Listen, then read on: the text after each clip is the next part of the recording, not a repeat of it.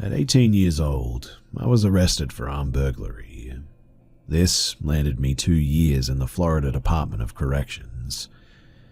After going through the processing center in Orlando, I was transferred to Lake Butler Correctional, a medical secondary receiving center in Central Florida. Upon arriving, we were placed in a building known as the Honeycomb, a giant structure in the center of the prison covered in cinder blocks facing sideways, making it look like a giant bee's nest. We were assigned 2-man cells, classic bars and correctional officers patrolling, flexing, and talking tough in deep southern accents. As anyone who has done time will tell you, everyone has a story to tell in there. Whether it's rumors about guards, inmates, epic tales of past crimes, or legends of paranormal experiences, you are guaranteed a new one with each wave of new arrivals. Naturally, none are believed, but they're definitely still listened to regardless. And one was the whispers. The story goes that at 3 a.m. in the disciplinary dorm, aka the box, a spirit will torment inmates at night, whispering to them as they sleep, and if you wake up, you will see nothing, but you'll feel a presence in that cell. If you lay back down and ignore the whispers, supposedly, you will be injured in some way, shape, or form. Nobody I spoke with had ever been in the box at Lake Butler. Most inmates have never been in there, as most people in the Honeycomb were usually transferred to their main prison in a week or two. I was one such unlucky man, though. You see, I had gotten into a fight with 2 gangsters who were trying to collect protection money from non-gang members such as myself. Naturally, 3 men fighting is not a silent scenario. The guards sprayed us with mace, put us in cuffs, and dragged us to the disciplinary wing. I was given 2 weeks solitary confinement and told that if I was to cause any more trouble, that I would have my new sentence tripled. Now, 2 weeks alone with nobody trying to take your food or act tough sounded pretty easy to me, to be honest. In my mind, this was going to be a cakewalk. I still shudder, though, thinking of just how wrong I was.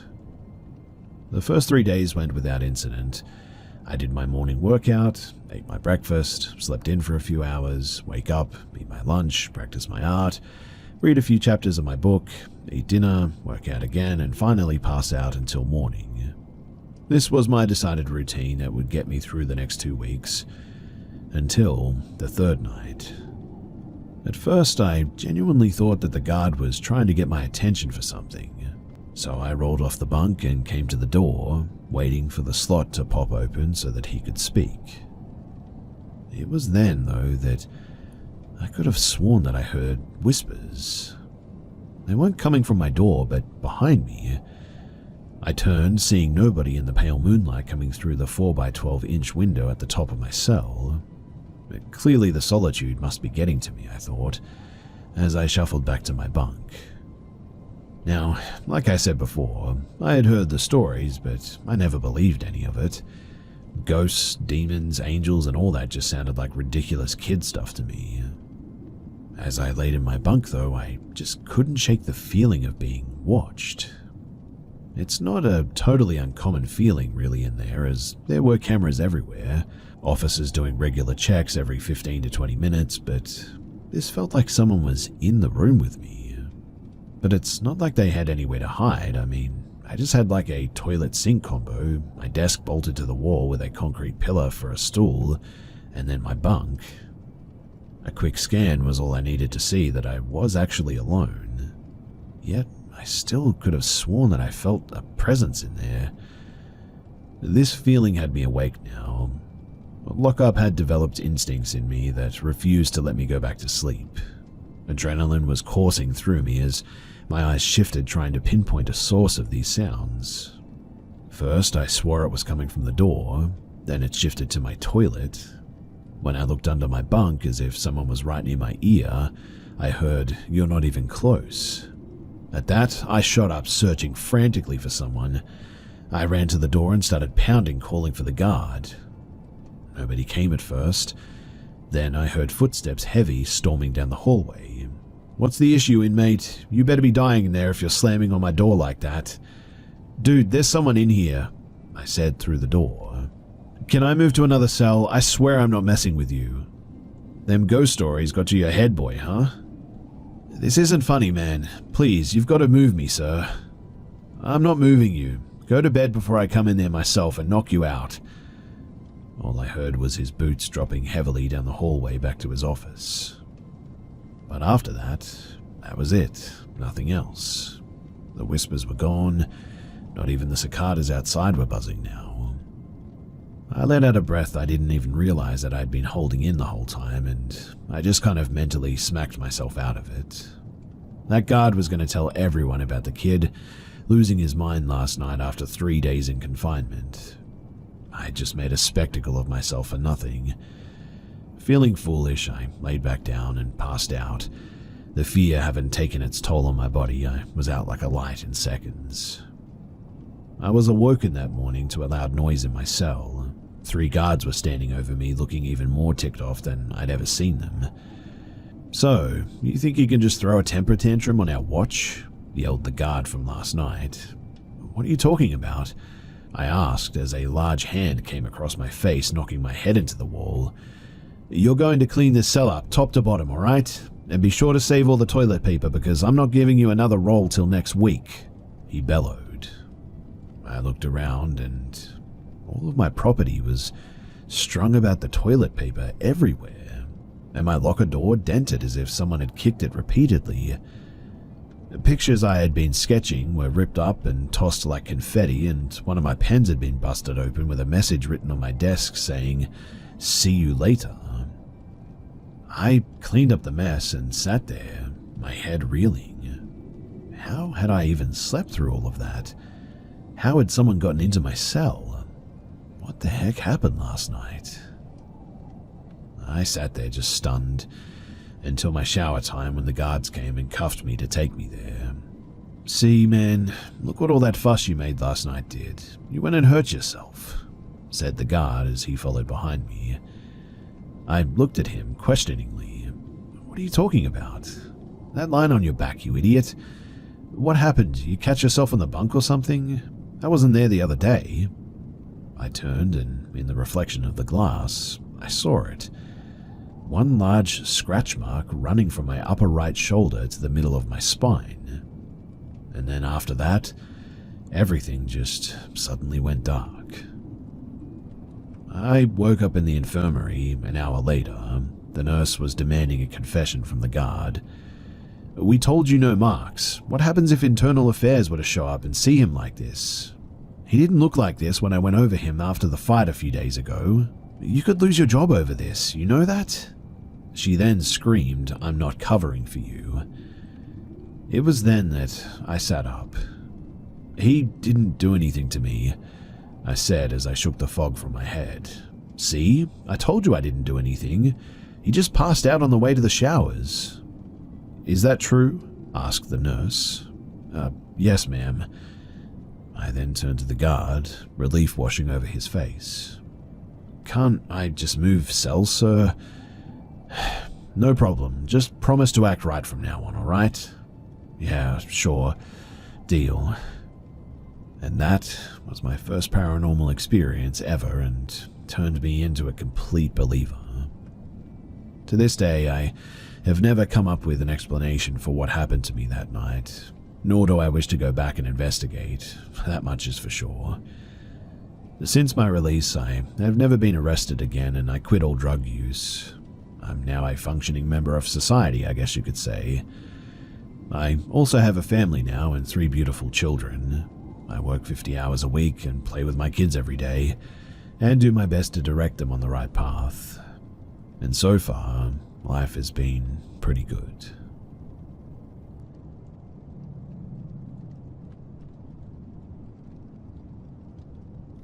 I'm a teenager, and it's just me and my mum in the house with our 2 dogs. This is a story from last winter, but I'm sharing it on here because it's starting to show up again, and my mum even started seeing it again as well this time. So last winter, it was around, I want to say 12 in the morning, and like I said, I'm a teen, so I'm awake at night a lot doing my own stuff. I was by myself, and I started hearing some banging in the kitchen, like cups falling. This is not my or my mum's first time with spirits speaking, and I grew up in an extremely haunted home, and it got so bad that we had to move from there. But I heard the cups, and I'm usually not the person to investigate, but nothing weird had happened in a while, so paranormal activity didn't even cross my mind. I opened my door and peeked out into the hallway, and I see what looks like to be my mum standing in the corner of my kitchen. I had the view of her back, but what was really strange is that she was completely butt naked. This looked exactly like my mother, though. It had her body figure, her hair, her sun tattoo above her tailbone, everything. Obviously, I was thinking, why is my mum standing naked in our kitchen at 12 in the morning right now? And this person, or whatever was so visible that I literally thought that it was my mother, it was there for a good amount of time, just not moving at all.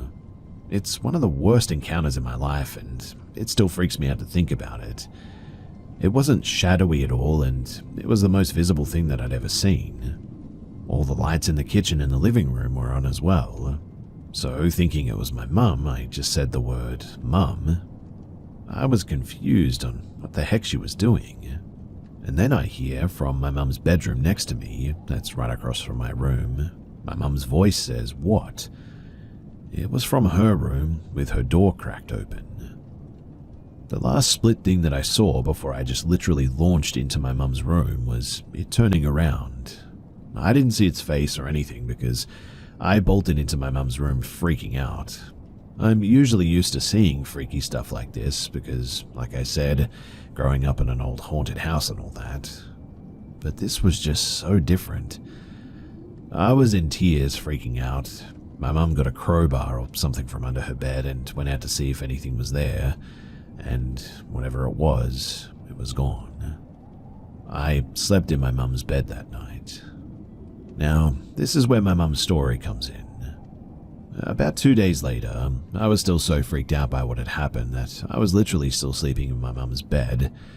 She is still freaked out by the story as well and doesn't ever talk about it, but she did tell me once that it happened because it scared her so bad, I guess. She said that she woke up in the middle of the night and her bedroom door was cracked open and the hallway light was shining into her room a bit, which was strange because she shuts the door every night. She then says that she looked over on my side of the bed on her left and saw what looked exactly like her, again naked, crawl into the bed with us on my side of the edge of the bed. My mum couldn't move and she said that it felt so real. It was facing the opposite side of her, facing the wall, laying on its side, and she couldn't see its face yet. She said that she could move her hand and she was trying to shake me awake in tears, but I just wouldn't budge. Weirdly though, she said that she doesn't remember anything that happened after that. But she was scared out of her mind all day once she woke up. Apparently she must have passed out or something. And when I first heard this, I thought, well, maybe it was sleep paralysis. But still scary as heck that she saw exactly what I had seen, right? Plus the fact that it had only been a few nights before that. Sometime after that too, we would swear that we would see her for a split 2 to 3 seconds standing in random places in the house. Usually her doorway, or sometimes in her room too. But whatever the thing is, it really doesn't wear any clothes, which is really strange, right? We hadn't seen it since the winter left, but now it's back, and really I don't know if it has to do with it being around Christmas because that's when weird stuff started happening, well, where we used to live anyway. It was always around October, and it would always get worse until around Christmas. But we hadn't seen this lady at our old home, and my mum thinks that maybe it's her fault because when she was in her 20s in college, she used a Ouija board with a couple of college friends and had a terrifying experience where it had a connection with her, is how she describes it. Let's just say that it got so bad that the words no on the board wouldn't burn in the end. And all her friends who did it, they still have weird stuff happening to them as well.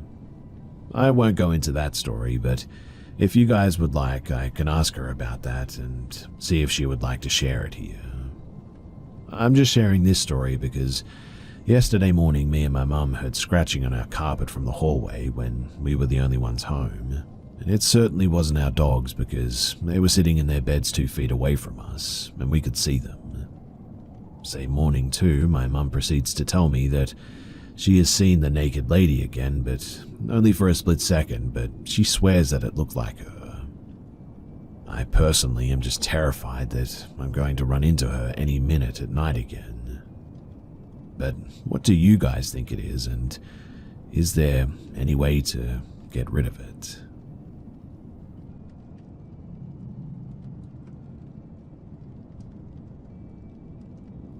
This happened in Connecticut, United States in the year 2008. I actually saw this thing twice. The first time that I saw it, it was at night. For context though, when I was little, I used to always stare out the window at night that faced a wooded grove that was about maybe 100 yards or so away from the house, and fall asleep staring at the window due to how peaceful the night was in the woods. So one night, when I was about maybe 8 to 9 years old, I'm staring out the window when suddenly I noticed 2 yellow lights in the woods. At first I was confused, thinking that a car was somehow in a tree.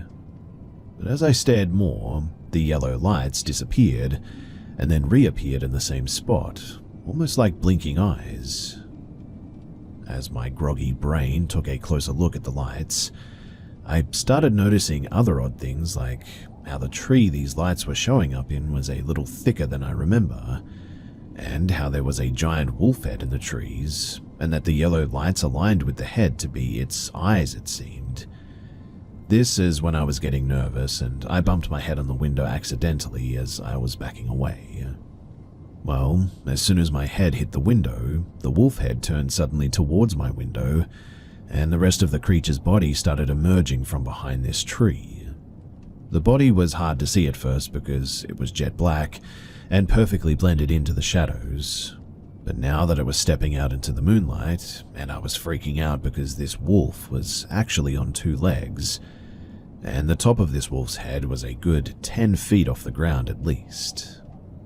The wolf stayed in the tree line, but was still very much visible from my window, and I could tell that it knew exactly where I was, even though there were no lights on outside for it to even see me with.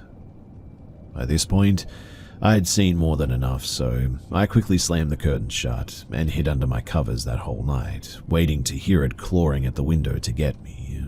Fortunately, this didn't happen, and I stayed buried under the covers until my alarm clock went off the next morning.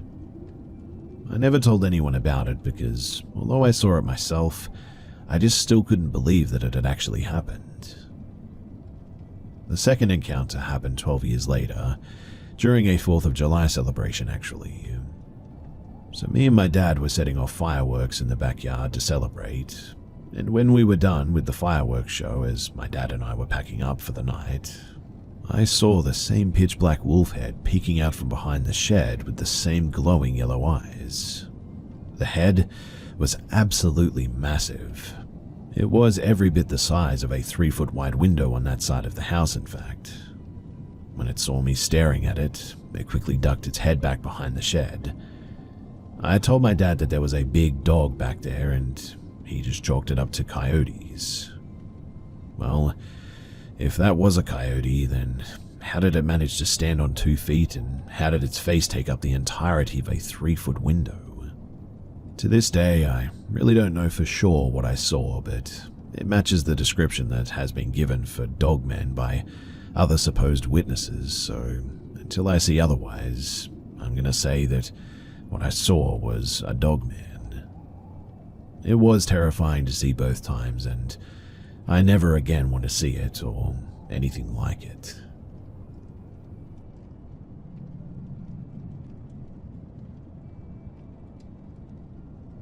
A few nights ago, I went to see the Wicked movie with my family who was in town for Thanksgiving. I arrived back to my house at around midnight. I live alone in a shared but divided house with 2 other tenants living inside of it. One is upstairs and one splits the downstairs with me, so there's 3 apartments total. My place is in the back of the house and has a back porch you can enter through after walking up the whole driveway. So when I got home, I sat in my bedroom and did about 20 to 30 minutes of work on my computer. During this time, the house was very quiet and I kept hearing a man's voice continuously talking. Now, keep in mind, the tenant above me is a man, and I know his bedroom is right above mine because I previously lived up there. It sounded like he was talking on the phone, maybe, just because of how long and continuous the talking went on for. I tried to listen and figure out where the voice was coming from, and I just couldn't exactly pinpoint it. But it was either coming from through the ceiling or on the other side of my room, maybe. Now, it must be noted that my bedroom, it connects to the porch with a door that I have blocked with my dresser. There's a main door inside the porch that you use to get into the house, but there's also this strange door connecting to my room. I couldn't make out the words, but because of how firm and continuous the voice was going on, I figured that it just had to be coming from my housemate upstairs. I mean, it's just the only thing that made any logical sense. I just kept on thinking, though. I had never heard a single voice come through the ceiling before like that. I mean, it's not that thin. Whatever, I'm worrying about nothing. After about 20 to 30 minutes of computer work, I got up to go and brush my teeth, feed my fish, get ready for bed, etc. I come back into my room, turn off the lights and get into bed. Keep in mind, it's been about 45 to 60 minutes since I first heard the voice, and I could still hear it. Damn, I thought. My housemate is chatting up a storm on the phone up there. But oh, how wrong I was. After about 3 minutes of laying in bed, I, all of a sudden, heard my porch door creaking along with the talking man's voice. It has a very distinct sound that I knew immediately was my porch door. I crept across my room and put my ear to the dresser or the door that connects to the porch. Sure enough, the talking was coming from inside my porch, and I could hear the door moving and shuffling inside my porch along with it. Well, at that, my heart absolutely sank. All the lights were off in my house at this point, so I had a sort of sneaky advantage to creep around my house and get a view of what was going on.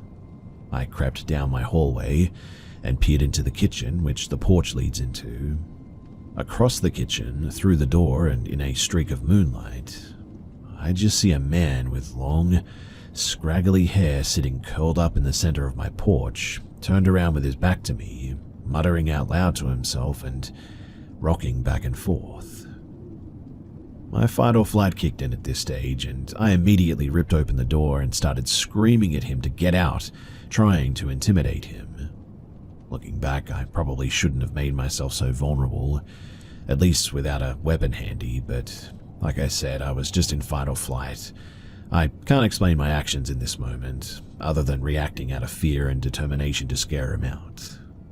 Anyways, this dude didn't even react to me whipping open the door and screaming at him, not even a flinch. He simply turned his head to the side, very slowly might I add, and said, "My name is Evan." This freaked me out so much for some reason, especially because he still hadn't turned around or shown his face. I said that I don't care and kept cursing at him to leave, and he slowly rose up with his hands up and said, I know, I'm hiding."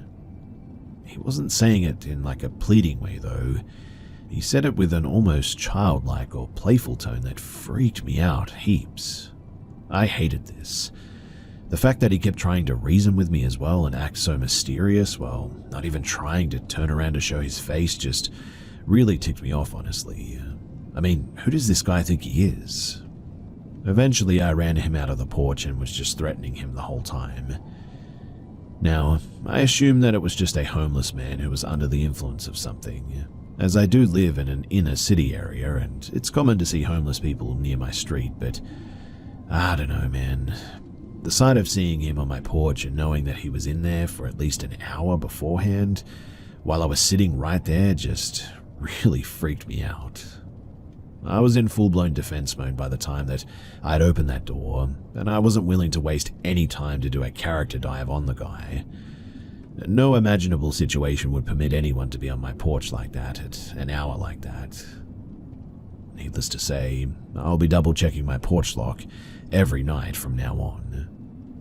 It's funny though, because having my room connected to the porch like this, I always had this horrific intrusive thought that I'd hear someone in there one night. And, well, it looks like it actually came true.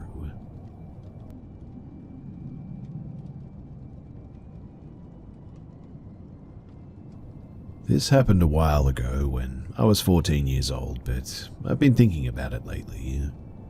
My parents had just split up and we had moved into a new house, so it was just me, my mum, and my brother. My mum worked shifts, so I would often walk home from school and be home alone for a few hours. My brother is older than me, so he would have been working too. One night I got home and decided to play on the trampoline because it was summer. I was bouncing when I noticed my mum come into the kitchen with her work bag on, so naturally I thought she was home early. I was excited to see her, so I quickly ran down the garden path, but for whatever reason I stopped at the very end of the path, just before the patio, and looked right at her through the glass back door and into the kitchen.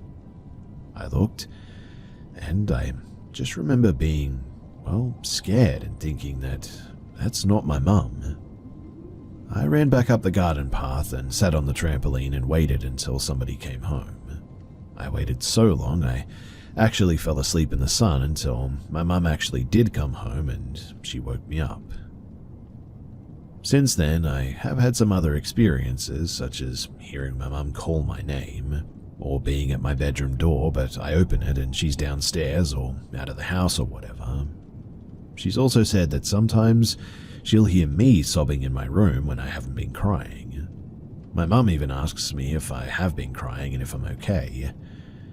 But what are people's take on this situation? I've never experienced anything like this again, but would something supernatural explain what I saw that day and what I did experience? You guys let me know.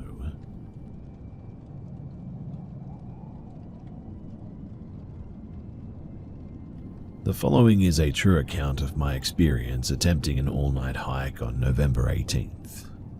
I'm sharing it here because I assume that somebody somewhere may have the same experience, or knowledge at least, to explain away the events that I'm about to describe, and maybe provide some clarity regarding what animal I could have been encountering.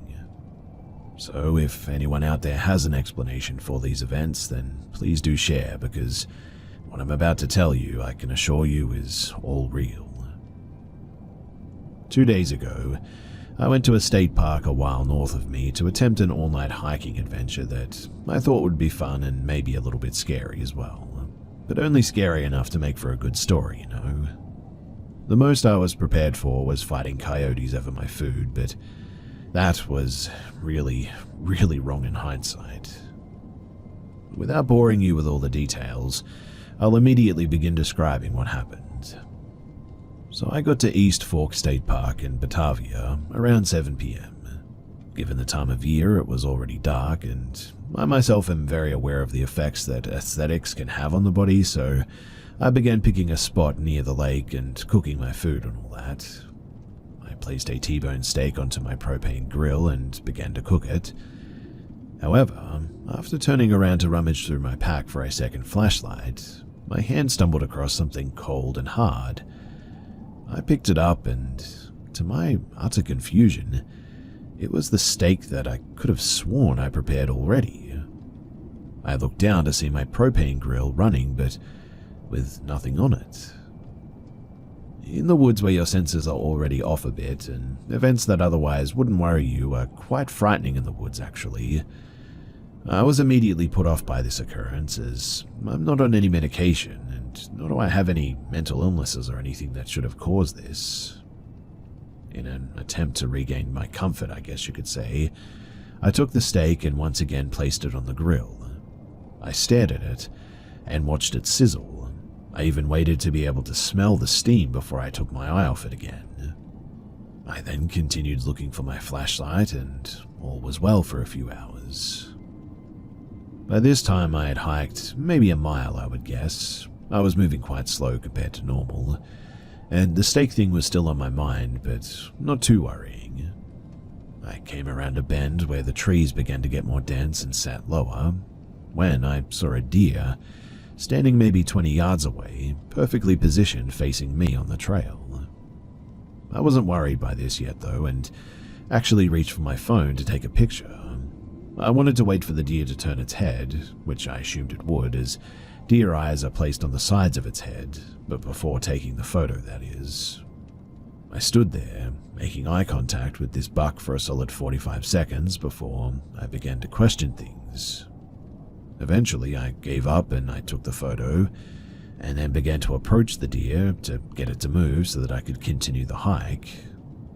As I got closer, however, the deer remained, well, completely unfazed. Baffled, I took my phone out once again and began recording. I approached the deer slowly and was able to get within about 10 feet of it before I heard it exhale and it just hopped off. I was extremely surprised by this behavior, but not yet scared. I continued hiking, and by this point I had stopped thinking about the stake event. For about another hour or so, I was granted a peaceful hike, until I reached an area where the path came to a bald spot in the trees. Looking around was cut short, as the absolutely pungent stench of burning hair and rotting flesh was the only thing that I could now detect. The smell was so incredibly present that I immediately began to vomit, in fact.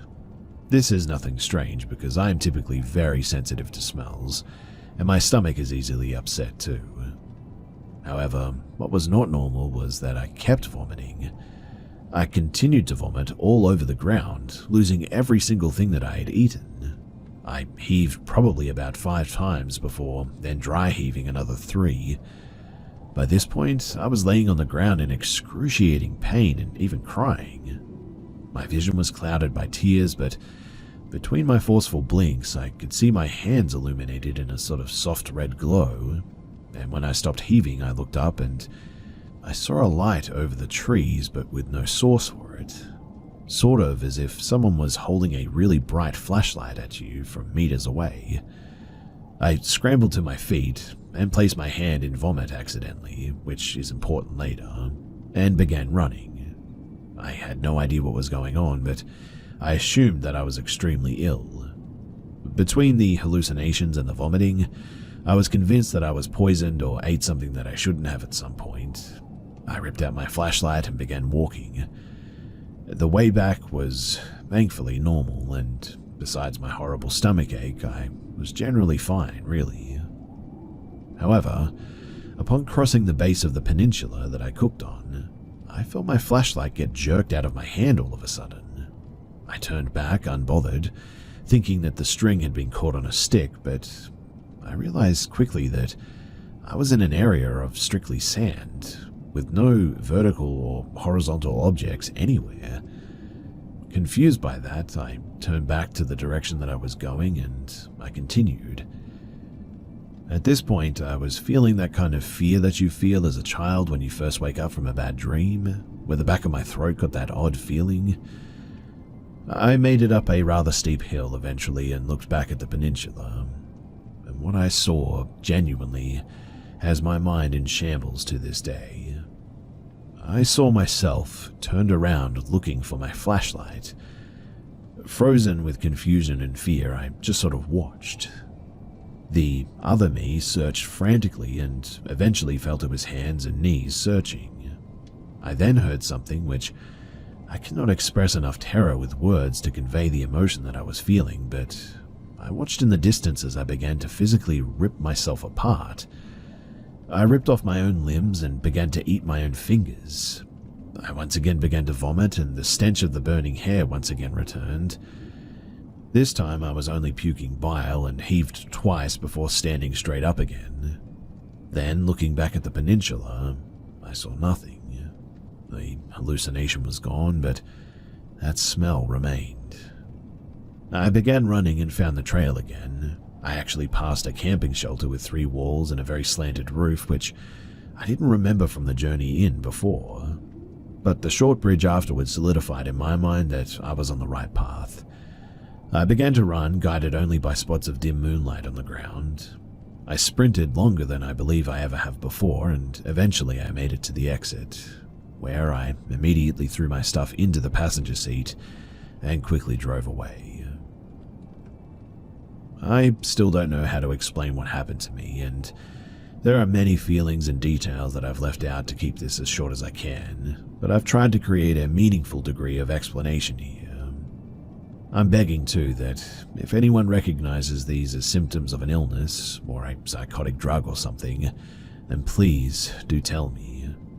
Also, if this is something else entirely, then again, please do tell me. I'm just begging for an explanation as to what this all is. I'm actually going to see a psychiatrist tomorrow and have already consulted my doctor about this. If I do have any major updates, I'll be sure to share them with you guys, but I would appreciate anyone's considerations. Please do try to provide me with an explanation of what the heck happened to me out on that hike.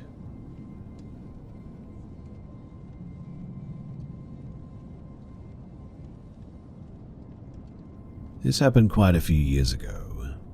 Back then, I had an affinity for a particular white substance in the form of lines, and one very cold, snowy night, around 11 p.m., I went for a walk to meet my dealer.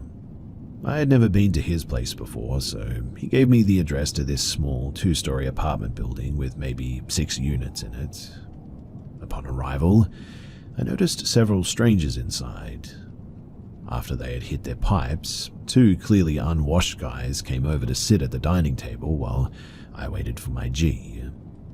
I've never smoked anything besides weed and cigarettes. I was instantly uncomfortable.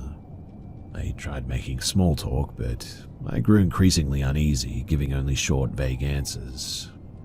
I quickly paid for my stuff, grabbed the baggie, and I got up from the table. That's when one of the guys offered to walk me home. My heart skipped a beat at that, and I politely declined. "Oh, I'm okay, thanks. I don't live far." The other guy stood up. "No, really, we can walk you. We don't mind. We have to get going anyway." That's when my instincts finally kicked in. I became very aware and very scared. I immediately thought, I'm fully dressed and ready to go, but they still have to put on their coats and shoes. If I leave now, I'll get a head start and quickly disappear before they can see me. They said something else as I headed for the door, but I pretended to take a phone call, waved goodbye to my dealer, and I closed the door behind me. I jogged down the hallway to the outside door, and once I got outside, I ran for the street. I decided not to take the fast route home because from the building they'd be able to see me. I didn't want them knowing even the slightest direction that I lived in, if they were really following me. The building was at the end of a street though, so instead of going straight up the hill, the way I initially came from, I turned right and started jogging instead. I kept glancing back, and finally, I saw them, about a block behind, following me. The street that I needed, Stanley Street, it was across the intersection on my left, about another block ahead at a 4-way light. As I approached the intersection, I noticed the corner house on my right. There was an older man sitting on his porch smoking, and I recognized him. He was another dealer that I had met only once a few weeks before when my usual guy was dry. I choked up as I got to his porch and asked if he remembered me. He did and asked what's wrong. I quietly told him I think these 2 guys are following me, and asked if I could go inside for a minute until they passed. He didn't hesitate either. We went inside, past his front living room and into the kitchen where I explained what happened. He told me not to worry, that I was safe there and I could stay as long as I needed to. Then we heard a knock at the door, and I started to panic. He went to the door, looking through the peephole, and yelled, "Just a minute." He came back quickly and whispered that he knew the guys and was going to invite them in to have a hit. He told me to sneak out through his back door, which was beyond the kitchen, go to the right of the yard and find the gate. This would lead to a side street and I could find my way from there. He instructed me to creep up along the side of his house, close to the shrubs, and check the porch to make sure that they had gone inside. I followed his plan, and when the coast was clear, I didn't jog, I sprinted up Stanley Street and zigzagged all the way home. When I think back on this now, I'm honestly in disbelief at my actions and how foolish I actually was. I thought that I was invincible. I was far too trusting. But I truly thank God for the man who helped me that night, because without him, I shudder at the thought of what might have happened. I truly don't know what those two guys wanted from me, but I'm grateful that I really never had to find out.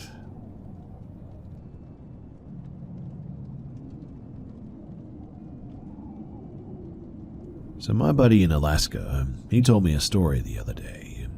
He said that he was walking with his buddy at around 2 to 3 a.m. past the Palmer Fairgrounds last winter, when his buddy grabbed him and pointed across the road from them and said, "Look at that." And over across the road from them was what at first looked to him like a moose, had a long snout, and his friend said that he saw antlers. When it stood up on its hind legs, he said that it was a couple of feet taller than him from what he could see, and he's at least 6 foot tall. When it stood up, he took off running, and his buddy yelled and started running after him. And as they were running, he said that it was running alongside of them on the other side of the road. He said that it sounded like a man running, bipedal in other words, and its footsteps were extremely heavy sounding and sounded like heavy thuds as it was running alongside of them. After a couple of seconds of running, he said that his buddy whipped around and said, "To heck with this, let's fight it." And they started pumping each other up, and they picked up their skateboards to use as an attack on it. But when they turned to try and find it, there was nothing there and it had disappeared.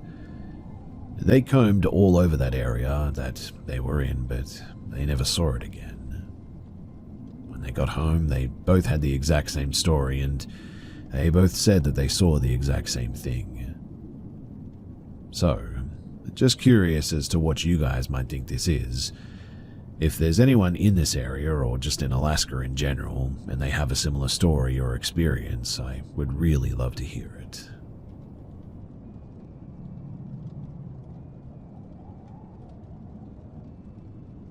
So my boyfriend just told me that this happened, and he said that it happened within the last week. Our house is haunted, but this is really freaking me out. So I usually sleep on my left side and facing away from him in the bed, and on one night in particular, I had fallen asleep facing him while he was awake on his phone. He sat up for a moment and looked at me before realizing my eyes were wide open and I was trying to mouth something to him. He kept asking what and huh, but I just wasn't responding. He shined his phone screen on my face and my eyes were closed. My mouth was slightly open, but when he moved his screen light, he saw my eyes open and I was mouthing stuff to him again. He got so creeped out by this that he almost slept on the couch, but decided to just face away from me and fell back to sleep. This whole thing, though, it has me rattled. The stuff in our house doesn't usually freak me out, but this one has me shaken up a bit. His vision is good even in the dark, and I sleep with my eyes open sometimes, and it's creepy, but it's not wide open, and it doesn't stop once the light is on or anything. I don't know what this could have been if it wasn't his eyes playing tricks on him, and really I'm just not convinced that it was.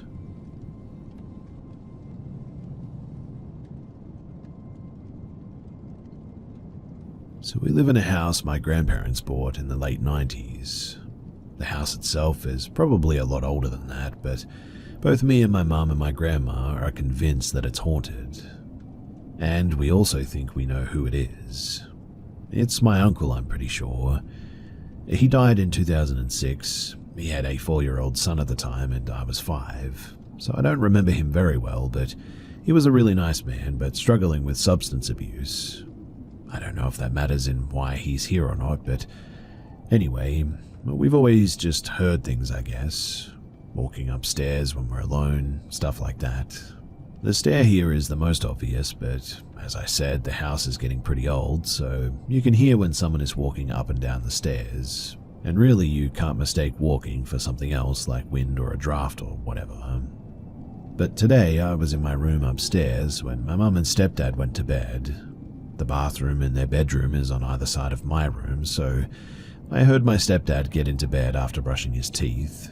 Then I heard my mum brushing hers in the bathroom. Suddenly, though, I heard someone walking down the stairs. I figured that it was my stepdad. My mum heard it too and thought that it was me, so she called out my name, and when I didn't answer, she called out my stepdad's name and he replied a yes from the bedroom. We all were pretty confused by this, but then my mum texted me asking if I just went downstairs, and I said no. Then I heard her getting into bed, and seconds later we heard someone walking down the stairs again. And she texted me asking if I'm just messing with her, and I said no, that I swear that I'm in bed. So my stepdad, thinking that there is a possibility that somebody had broken in, he walked downstairs to check it out. Once I heard him walk back upstairs, I looked out my door. The stairs are just outside of it, and I see him disappearing into his room. But I saw the top of someone's head walking down the stairs, and I heard the footsteps again. Genuinely, I thought that it was my mother at first, since I didn't see a hairstyle or anything. It went by too quickly to notice, but I just saw sort of like dark hair, I guess you could say. I went to the bathroom and texted my mum, "Do you see anyone downstairs?" And she just replied that she's not downstairs, she's in bed. So I asked, "Oh, it's stepdad who just went downstairs."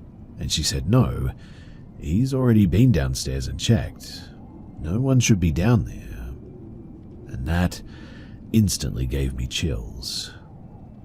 But since it's been a history of sounds, open cabinets, doors slamming shut, etc., I wasn't too scared to see it, I guess. I walked downstairs, my flashlight on and a broomstick in my hand, just in case it was actually an intruder. But I checked everywhere, and I can assure you that there was no one there.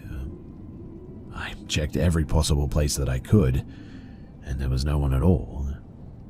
I must say that I'm a bit freaked out too, and it is kind of creepy to actually see something. But I guess what I'm asking is, why?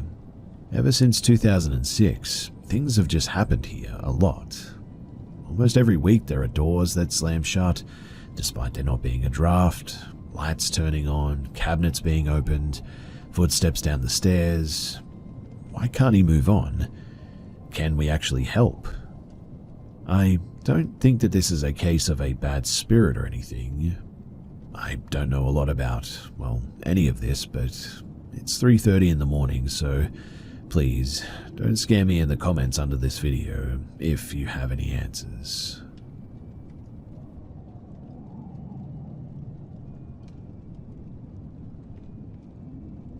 This happened when I was 12, and it was only me and my mum in the house as far as I knew anyway.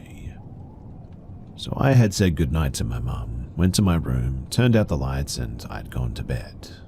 I was lying on my side about to fall asleep when I felt a cold hand touch my lower back and I just completely froze. Then I felt my mattress compress behind me like someone was getting into my bed. I've never been that scared in my life. I couldn't move, not even my eyes. I was just staring at my bedroom door, praying my mum would come to check on me. I tried to scream, but I could only manage a kind of groan, and I couldn't tell if it was loud enough for my mum to hear it. Then the thing behind me started slowly stroking my back and whispering shush. I have no idea how long this went on for. It might have only been like 5 minutes, but it felt much longer than that, and I felt completely helpless. I tried to groan as loud as I could, and finally I heard my mum's footsteps coming down the hall. She opened the door and poked her head in, and as soon as she looked at me, she screamed. Her scream jolted me up, and I started screaming too and flailing my arms around trying to fight off the intruder. My mum turned on the lights, grabbed me and hugged me, and started saying that it was okay. I looked around and there was nobody else in the room. I asked her where it went, and she didn't know what I was talking about. I said the thing in my bed, and she said that there was nothing in my bed. So I asked her then why did she scream, and she said that she came in because she heard me groaning, and when she saw my face, my eyes were crossed and my mouth was hanging open, and it scared the heck out of her. I told her what happened, and she was really disturbed by it. We looked all around to make sure that nobody was hiding in my room, and finally, she decided that it must have been some kind of waking nightmare. But I'm sure that there was something there. I've felt dark presences and seen shadowy figures many times since that night, and this was really the beginning of it all.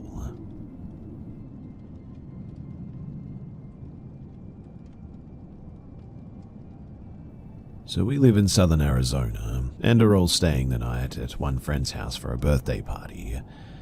Her house is known between all of us as the haunted house, since we're always experiencing weird things there.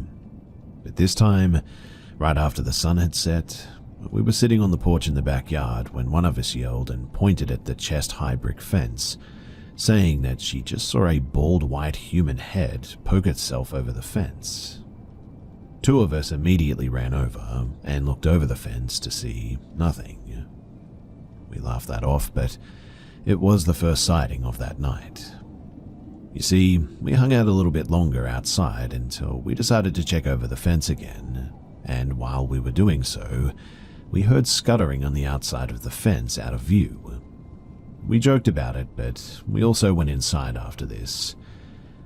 Skip to a little while later, we went outside again, and almost right away, someone saw a head pop up around another fence.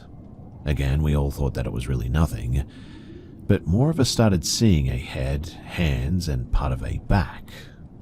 At that point, we were scared and started going back inside when one friend stayed back and scared the living heck out of us, but she was just standing and looking.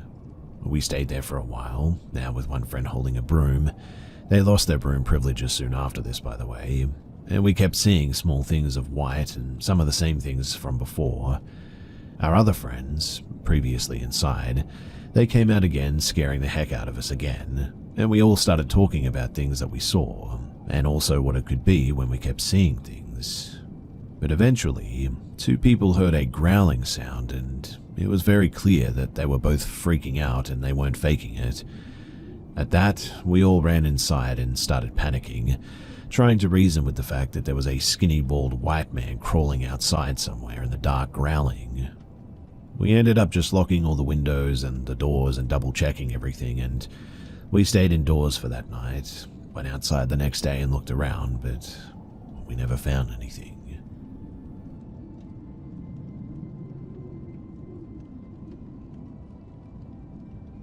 So I've always been very open-minded to the idea of the paranormal, but I very much believe that there is usually a logical explanation.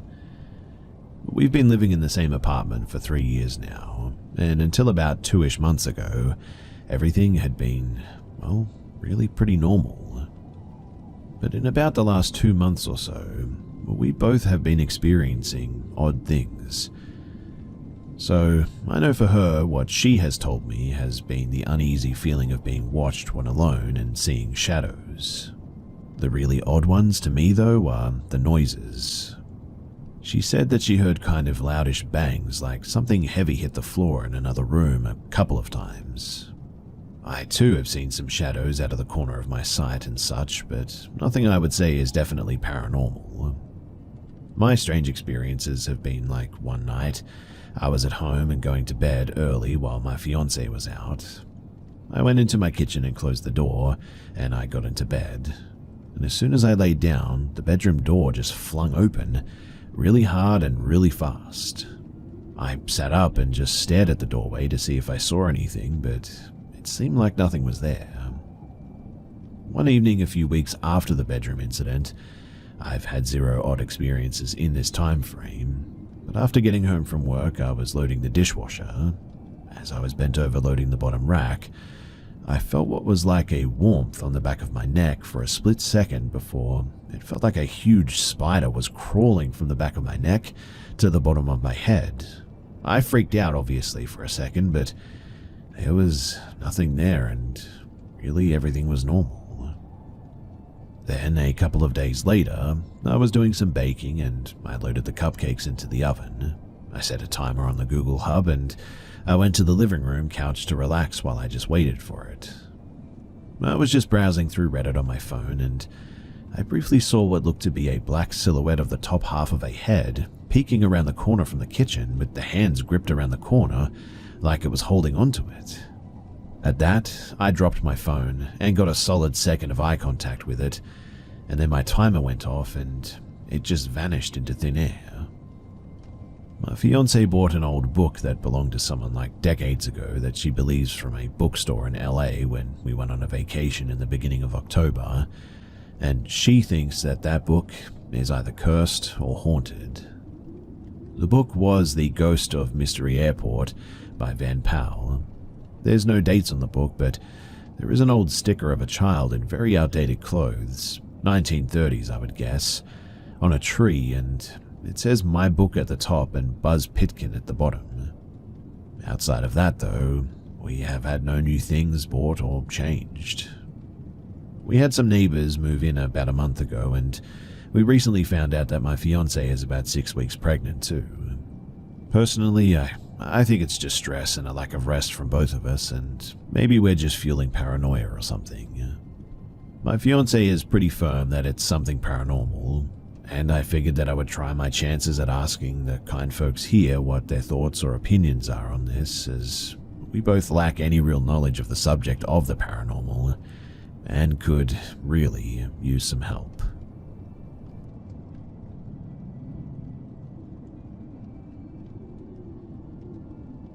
On November 25th at 4 a.m., I woke up in a panic. I've been having sleep paralysis this whole month, in fact. It happens every November for me and whenever I'm stressed. This time was different though. You see, I woke up and was able to pull out of my sleep paralysis fairly quickly, but I felt this intense feeling of something staring at me with deep hatred. I sat up fast and looked around my room, something that I never do. Usually after a sleep paralysis episode, I dig deeper into my covers because, well, it's frightening. But this time I felt scared and also in danger. And when I did this, at the doorway of my room was this 8 to 10 foot tall thing. It had a goat head, I don't remember seeing horns on it, and a gorilla body. I grabbed my phone and turned the flashlight on and shined it. I didn't feel brave enough to shine it at its face, but I illuminated it enough to see its body and a bit of its face. I saw enough and I screamed, a long scream too. To be honest, I purposely screamed for a long time so that my dad would come and save me, embarrassing as that may be. Luckily, my parents live with me and my dad did end up barging into my room. He stayed at the doorway for a second, scanning my room, and then ran in. When he ran in, he ran through the demon-looking thing. It grimaced when my dad walked through it, and it disappeared. My dad, he ended up hugging me for a bit before we had a bit of a sleepover in the living room with the cats. I know I'm a 30-year-old female and way too old to have my dad hugging me to sleep, but that thing looked absolutely frightening and I was really glad that he was there. My dad, he's nearing 60 now and is very into Catholicism, to almost an extreme extent, as he grew up seeing what his grandmother had to go through as a curandera, a village healer. He says that he sees a lot of ghosts and demons too. He always has his prayer music on. He wasn't always like this, but he always said that he could see the supernatural, but wasn't religious before this. He got into a really stressful situation a few years ago, and all of this magnified to where it is now. To be honest, I thought that this was all just religious psychosis. I'm not religious at all, as the Catholic Church traumatized me growing up, and honestly, I was really hoping all these ghosts, shadows, demons that I was seeing was just an overactive REM cycle, or just my mind filling in the blanks. But this goat head gorilla body thing, it just looked so real, and it freaked me out when the flashlight didn't make it go away too. Also, I was awake when I saw this thing as well. I should also mention too that a year ago when I first got into my house, I fell asleep on the floor of my room because I didn't have any furniture yet. I fell asleep to some frequency sounds, and during the night, I must have skipped over to another video or something. The video was a picture of a priest praying with a Bible at a group of people, maybe demons or something. It was a reddish picture from what I can remember, but the sound was a priest chanting an exorcist prayer in Latin. This didn't wake me up, but what did wake me up was something that tapped my foot twice. I woke up and heard that chanting, and it obviously spooked me, and so I turned it off. I was hoping that the tapping was just a nervous tick, like my foot twitching or something like that, but now I'm wondering, well, what about that experience too? Was that also something paranormal or something to that effect? If you have any thoughts on this, then I sure would love to hear them.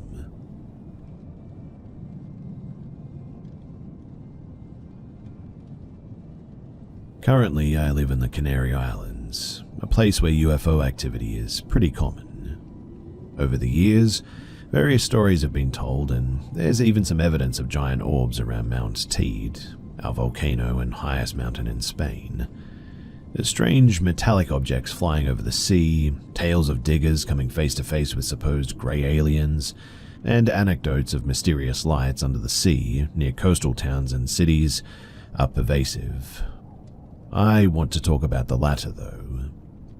You see, when I was 10, my whole family and I went on a vacation to Tenbel, a sort of resort area in the south, home to dozens of hotels, rental vacation homes, old tourist complexes, and even a very old, almost abandoned vacation development. To give you some context, at that time, Tenbel was already nearly deserted, despite once being a bustling place. The area is located in the most arid, desert-like part of the island.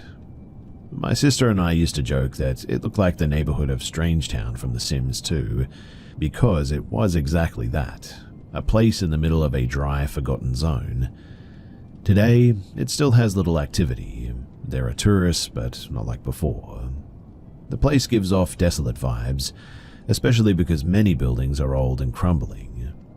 One of those buildings was where my family and I would spend most of the summer, an enormous apartment block straight out of a Soviet-style design from the 80s.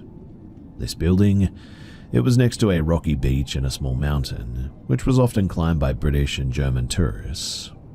For some reason they loved it, but from the balconies of our apartment, you could see the black volcanic rocks and the sea, and it was a beautiful view, let me tell you.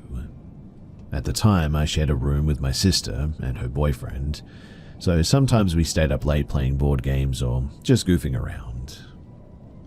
Now, one of those nights, I remember going to bed early since we had spent the whole day hiking and swimming in the apartment complex's private pool.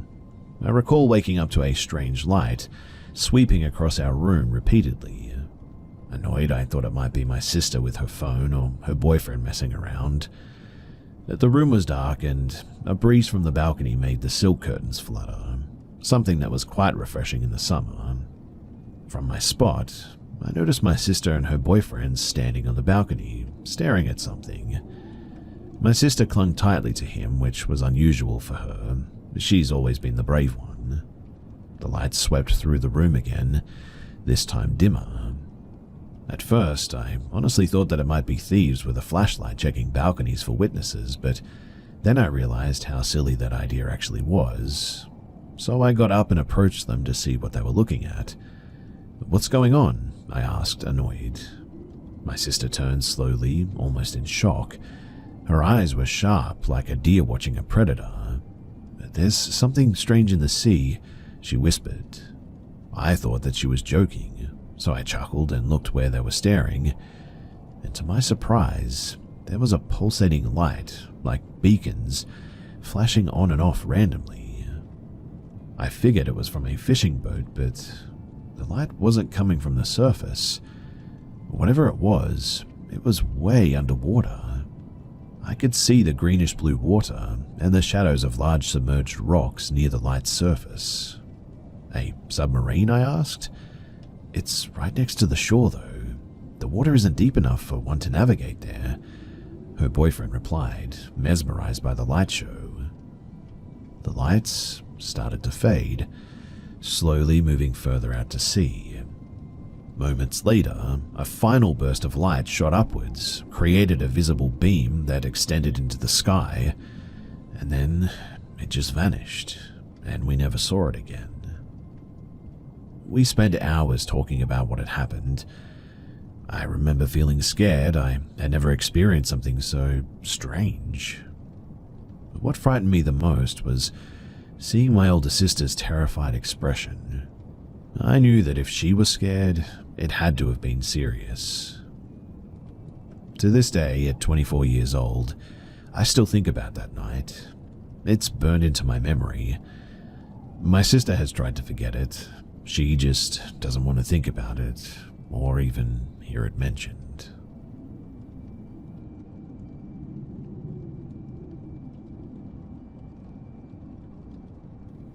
In 1991, I was 6 years old and my family, mum, dad and sister, had moved to a different part of town. Better schools, nicer area, that kind of thing. It was certainly an upgrade from where we were moving from. The house stood out from the other houses in the neighborhood. It was the only two-story house in the neighborhood, in fact, and the foundation noticeably sat up higher than the surrounding houses too. My dad had learned that when the neighborhood was being developed and the land was being leveled and flattened, that they would move up with a big mound of excess dirt, so they basically just built a house on top of it. It was a tri-level house with a 2-car garage, family room, half bath and closet on the lowest level. After living there comfortably for 10 or so years, my parents decided to combine the half bath and closet into a full bathroom. To do this, we had to jackhammer through the concrete foundation to add or move plumbing for the new shower that was going in. Keep in mind too that context is speculative, given that there's no way to know if doing so had anything to do with what started happening almost immediately after we remodeled that bathroom. I guess it's always just felt that way to me and my family. So, the middle portion of the house was kitchen, dining room and living space with 3 bedrooms and a bathroom at the top level.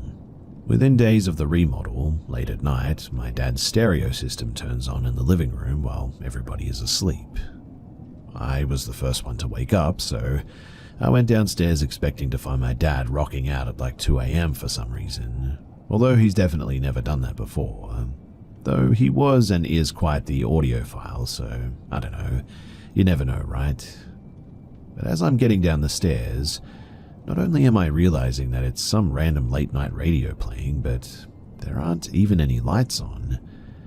I just remember turning on a lamp and going over to the stereo cabinet, turning off the receiver, and just standing there like, what the heck? I was the only one who woke up as far as I knew, but I had a feeling my sister, 14 at this time, was pulling a prank.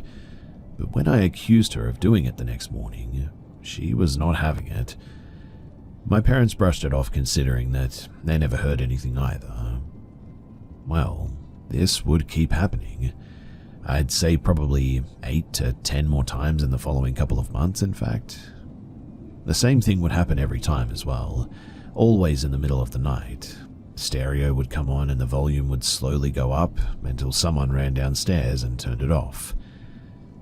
There were times that I'd gotten way too loud before someone made it downstairs as well, and this particularly frustrated the heck out of my dad, because this stereo system was his pride and joy, and he was afraid that the speakers were going to get damaged.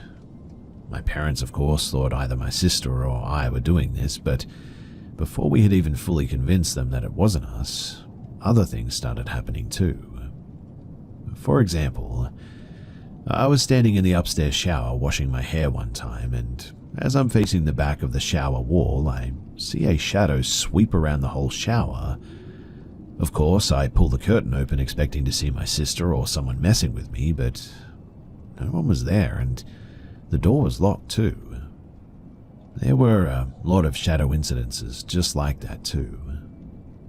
Now, from the living room you can see upstairs to some degree, and we would often see out of the corner of our eyes what would seem to be something quickly crossing the hallway from one room to another, like you would just barely catch a flash of something when nobody was up there. Touch lamps would come on by themselves often. My dad said on multiple occasions that he'd be laying awake having trouble sleeping and the touch lamp on the nightstand next to him would just come on by itself. Most notably, my close friend and my dad described seeing the exact same person in the house. In fact, they both saw this person while doing the same thing, which was walking into the front door when nobody else was home. Probably a year or so into these occurrences, my dad got home from work one day, opened the front door and saw a young girl around my sister's age standing at the top of the stairs that would take you down into where the remodeled bathroom is. He said that she looked about my sister's age and had similar blonde hair, wearing a light blue dress with a white collar. As soon as he saw her, she bolted down the stairs. He went over there, checked the whole downstairs, upstairs, everywhere, but no one was home. A friend of mine not long after that would do the exact same thing. We got home from school. I threw him my keys to open the door because I was carrying stuff. He walked in the front door and saw the same thing that my dad saw, described the same hair, clothes, everything. I wish the story got juicier from here, but ultimately, we just sort of adapted to it, I think. It was a little spooky at first, but once we realized that it was just a young girl, we were so used to it anyway that it was almost comical. Things kept happening up until the point that I moved out at 19, and the house was sold about a year later when my parents would divorce. One other interesting detail too is that the guy who bought the house did so as an investment property that he planned to rent out. And I cannot tell you how many times I've seen that house being sold or going up for rent over the past 20 years since then. So, did we release the ghost of a young girl after breaking through the foundation? Perhaps a grave was among the mound of dirt that the house was built on. Did something nefarious happen, or was it just an annoying glitch in the Matrix? Regardless, it's always been fun to speculate, but truly, I would love to know.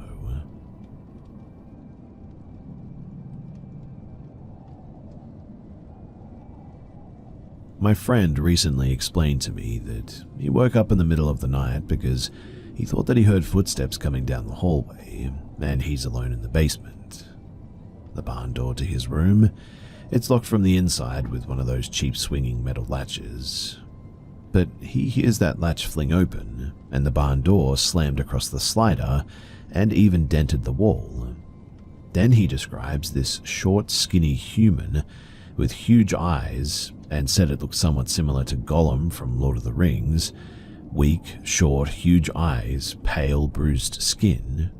And this thing walks around the corner into his room, and as soon as it passes the drywall that was blocking his view, he said that he and it made eye contact for a second, and the thing lunged at him while he was in bed, in his underwear.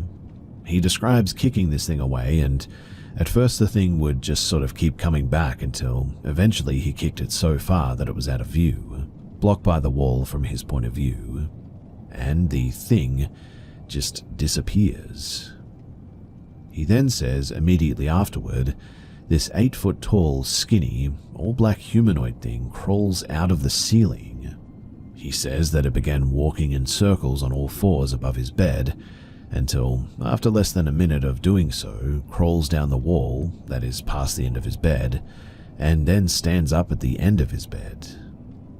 He said that when it stood, it was as tall as the ceiling, standing at the small space between the end of his bed, the wall that it crawled down, and the wall-mounted TV behind it. The creature, it lunged at him. He described a similar thing with kicking it off and fighting with it until he kicked it into a wall and it disappeared. I'm pretty sure that I was sleeping when he called me just after this, obviously terrified and confused, telling me all about what had just happened and how he wasn't sure if it was a dream or not. Yet weirdly, he said that the door was open, and he said that he called me right afterward and didn't remember waking up before he called me. Now, we're almost certain that it was not a dream to some extent, as 1, the barn door is like 100 pounds on a track and cannot move on its own weight.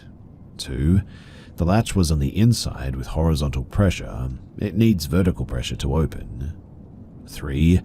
The wall was dented afterwards, like I mentioned earlier. 4. He doesn't remember waking up other than when he heard footsteps in the hallway. And 5. Events like this began to happen frequently after this until, after months, his mum experienced clearly hearing people in the house when she was home alone. Is that coincidental?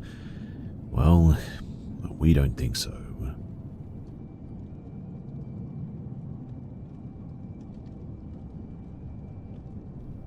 From the age of 7 to 12, I had a best friend called Aaron. He was playful, always cheerful, witty, and intelligent. His family, they rented a place from a relative of my brother-in-law. His family consisted of his parents, his sister, and him. We always hung out in the afternoons and on weekends. My cousin Aaron and I would get together, and it's worth noting that neither he nor his sister attended school. We were like the Three Musketeers, I guess you could say, although Aaron was much more mature than us, not in a bad way, but because he was very intelligent, knew about everything, and had answers for pretty much everything. Everything was normal too, and I have very fond memories of our mischief and games together. I remember that he taught me songs and words in a language that I don't know. He also drew strange pictures, and at his house, there were figures and something like an altar with similar drawings. But here comes the strange part. So, in the 7 years we knew each other, neither he nor his sister nor his parents seemed to age a single day. They remained unchanged. I also remember that once they invited me to dinner, and when he started talking about the moon and its power, his mother and father looked at him with a face as if telling him to be quiet and change the subject. His house was surrounded by a yard and had 2 entrances, the main one and one from the patio leading to the kitchen. At the age of 13, one afternoon, we waited for him to go out and play, but he just never showed up. So, not willing to give up, we went and looked for him. My cousin and I went through the patio entrance and heard him telling his mum that he didn't want to leave, and she said, "You know how it is. We could be discovered, you know that." And they continued talking in a mix of his language and ours. At that point, my cousin whistled and he yelled, "I'm coming." We went to play ball and I was left wondering what they had been talking about. I waited for the right moment to ask him, which was in the late afternoon after the game, and he told my cousin and me something that we will never forget because his voice changed and he became very serious. He told us that his family came from a lineage that didn't age normally like us and that he wasn't really 13. Apparently, too, they traveled everywhere. My cousin jokingly asked, "Well, how old are you? 80? And he replied, 64. I got goosebumps from that, and from there, we each went home. The next day, we went around to see him, but his house was now empty, and there was no trace of him or his family anywhere. In fact, we never saw him in the town again. They just disappeared completely. The question of what really happened, I guess that will always gnaw at me. We all remain with this doubt, and to this day, everyone in the town remembers this kid, so it wasn't just a figment of my imagination or anything. Also, my brother-in-law told my mum that his relative rented out the place privately, but the father's name was Samuel Bassett or Bastide or something like that. I've searched on Facebook, Dataz, Family Search, everywhere where I could find a record, and there is no record at all, anywhere, of this family.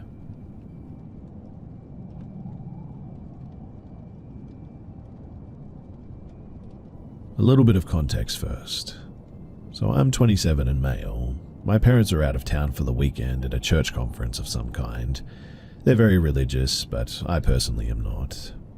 I take care of our animals while they're gone, and I started a new job 3 weeks ago that requires my being there at 7 a.m. This has changed my sleep schedule to where I start getting tired at around 9 to 10 and wake up at around 5:45. My alarm clock is normally set to this too. I do have 1 cat of my own, and my parents have 2 cats and a dog. Our dog, black lab German shepherd named Daisy, lapdog in a big body, is getting older and doesn't have the best bladder these days. So, I was awoken at around 1:10ish. I didn't look at the time, but it fits the timeline of the night, by Daisy panting at my bedside wanting to go out. I managed to get myself out of bed and downstairs. We have a back room area that leads to the backyard, as do my neighbors. I opened the back door to this area, turned on the light in a bit of a daze, and opened the door to let Daisy out. I came back inside to our kitchen and closed the door behind me. My cat enjoys eating while being pet, so I started petting him. The cat bowl is on a countertop that looks out into the right side portion of the backyard, a little bit of our neighbor's yard too because of the fence, and a clear view of their back room area. We use ours as a storage room for old kitchen stuff and trash cans.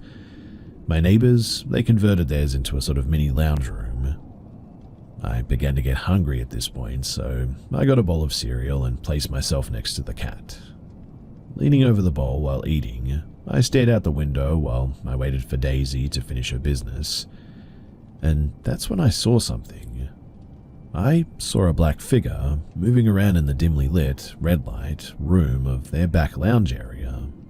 At first, I genuinely thought somebody was robbing them. Then I thought that maybe I was dreaming. I looked at the time on the microwave and it was 1:16 in the morning, so I stared at it to make sure my eyes weren't playing tricks on me.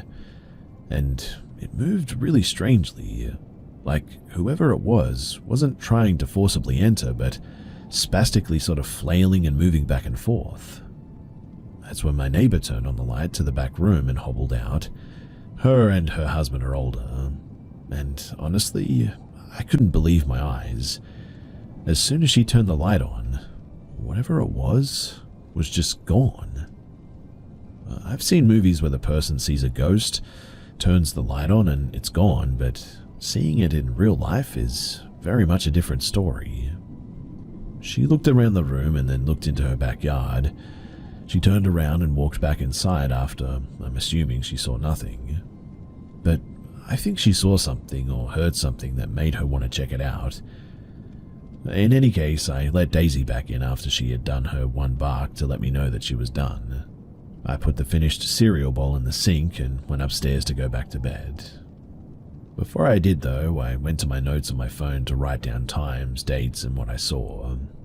I'm very tempted to ask them about it too, but some people are very, very freaked out by stuff like this. I told a past coworker about one other experience that I had, and they visibly looked distraught. I just don't really tell anyone about this unless it's brought up naturally in conversation, I guess. She is also not the best mentally and has recently been diagnosed with Alzheimer's disease. And I don't know, this might just be a little bit too much for them. I just wanted to share this here with someone because I don't really have friends to share this with, and parents think that anything ethereal is demonic. Maybe it is, I mean, who knows, but it could also be their deceased father that passed away 2 years ago, or something else. In any case, eventually I went over to my neighbors to check in and see if they saw what I saw, and she said that apparently they didn't see anything. She said that she went out to turn off the heater in there, but doesn't remember looking around the room and into the backyard. I must have been in a dream state or something because, I don't know, what I saw looked just so real. I must have been imagining things, I guess, but I just cannot shake the feeling that I wasn't.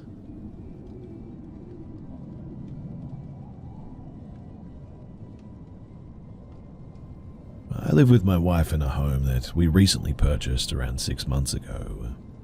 I have never had an experience like this before, and I'm really not sure what I should do, if anything. So last night at around 3:45 a.m., I woke up suddenly, rolled over, and saw a 7-foot-tall dark silhouette standing over my wife's side of the bed. I flinched and jumped out of the bed, took my eyes off the being for probably half a second, and in the time that I had, it had disappeared.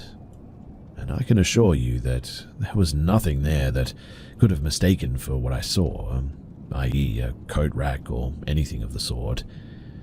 It was dark, no lights were on, and I had just woken up from sleeping.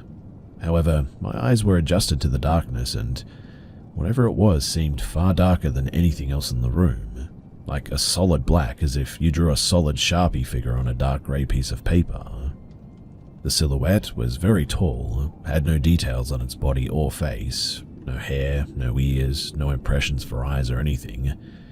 It looked three-dimensional, as I could make out a radius around the dome of the head and the neck. It had broad shoulders, as opposed to a lot of similar reports I've seen online. It looked slightly hunched over and was staring directly at me. I say this because it looked like it had a small forward tilt to its head. I saw its full body from where I imagine its knees were. Its midsection tapered slightly inward from the broadness of the shoulders, and from the waist down, it looked like the same. No gaps of shadow between where its legs would have been, as if it was wearing a cloak that sort of draped down to its feet. All a deep, solid black color. Like I said too, I looked at it for about 2 seconds before I jumped up. I noticed it immediately when I rolled over, but didn't understand what I was seeing until after a moment or two. I suspect my delayed reaction was due to the fact that I was asleep shortly before and had to get my bearings on what was happening. I have no idea what it was or what to do, and I remained awake for about an hour afterward before, eventually, I just fell back asleep from exhaustion. I wake up for work at 6 a.m. and go about my business. If anyone has seen this, or if you have any advice for how I should handle this, then really, please do message me. I mentioned it to my wife only that I saw something strange last night and that she should tell me if she sees anything odd in the future. I don't want to scare her, but it sure scared the heck out of me.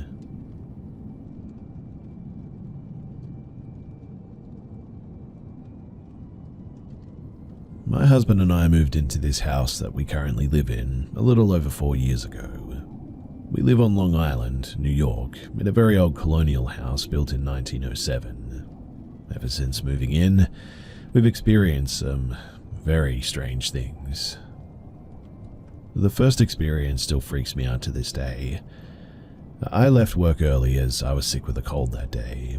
I went straight upstairs to our bedroom to take a nap, and after lying in bed for a few short minutes, I heard the sound of someone coming up the stairs. Clear as day footsteps on each step. Now, our staircase has 2 sets of stairs with a landing in between, so whoever it was made their way slowly up the first set, paused for a moment, then the second set. Our bedroom door sits at the step of the stairs, and whatever it was, it just stopped right at our door. I rationalized at first as my husband coming home from work, but that didn't make sense as he wouldn't be due to come home for like another hour and a half. And in my heart, I knew that it wasn't him. I genuinely got such a scared feeling that my entire body stiffened up and all of my senses heightened. Later, when my husband did come home, I asked him if he came home early and then maybe went downstairs again, and told him what I heard, but he said no, he just got home. But he didn't quite believe me, I guess. Well, about a month later, he experienced the same thing. He was home from work alone and laid down to take a nap when he heard footsteps coming up the stairs. He then started believing, and it was then that he started believing that we weren't alone in the house.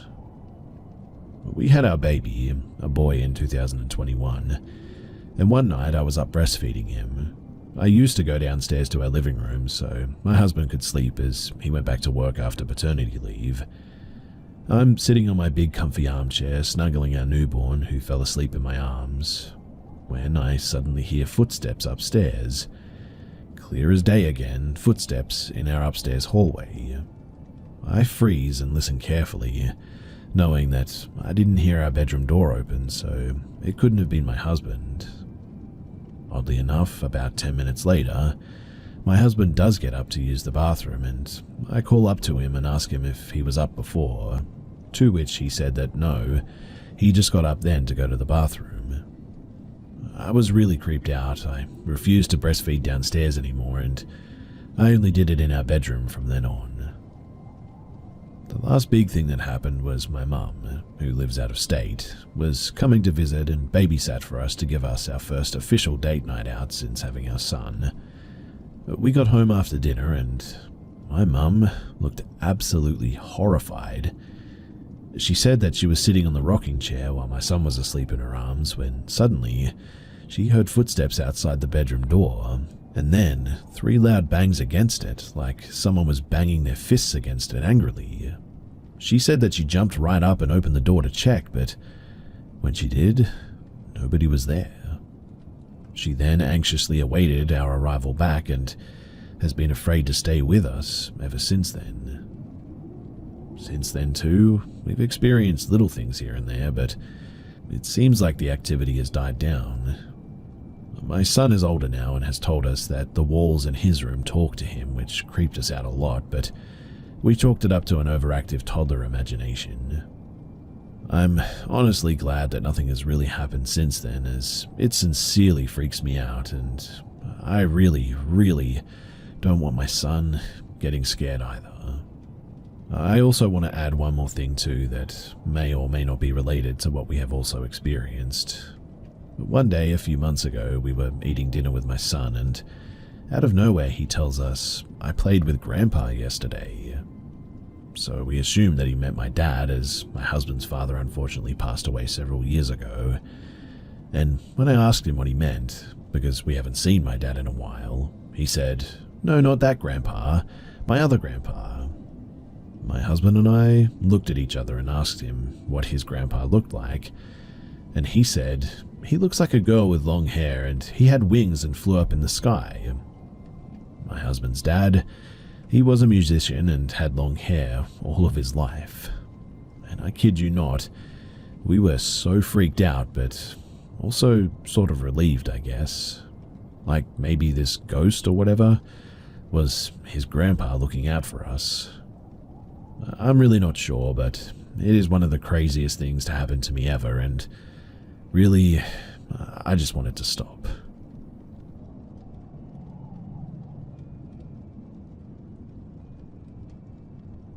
Several things happened in this house, but I'll try to make this as quick as I can and just give you a few stories, because honestly, I could be here all day. So my brother and I wanted to be roomies again, and decided to move into a cute 2-story, 3-bedroom house. It was me, my brother, my nephew, my dog, and their tortoise. As we were moving into the house, I was putting boxes in the little closet. It was under the stairs, and I was just thinking that this could be the tortoise's little hangout spot. As I was leaning into the closet to slide a box in, I hear a loud, audible growling directly in my ear. I said nope to that, and closed the door. I looked around to see if my dog was nearby, but she was outside, so that was weird. I probably should have known right then that there was something wrong, but I guess I just forgot about it. One unfortunate thing was that my dog just acted really strange in that house, always. For example, a couple of times we would come home from work and she would just be terrified for no reason. We couldn't even get close to her without her whimpering, crying out, and cowering down. Mind you, she's never been afraid of us, and we were never abusive to her, so this was really off. We were wondering if it was possible that the landlord didn't change the locks, or maybe they were letting themselves in and someone kicked her, hit her, or hurt her for some reason out of protecting our home. She is a very protective dog, so she would have barked and acted aggressive towards some stranger coming into the house without us there. Another thing that really got to me was I caught her several times just sort of staring and growling at the upper right corner of my bedroom. Sometimes she would also wag her tail, sit, and raise her paw like she was taking commands from someone, but mostly it was just aggressive growling and showing teeth. It was very odd because she's never done that before or since we left that house. She never showed any of this sort of behavior before or after that house, and I've had her for 10 years. The random growling episodes really freaked me out too because it was just so unlike her.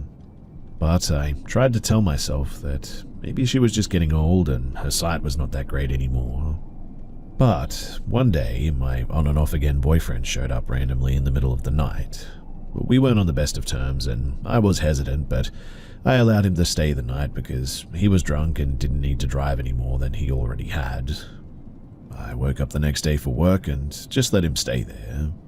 While I was gone, he was just hanging out in my room, and he said that he got this really weird feeling, and then my bedroom door just slammed hard.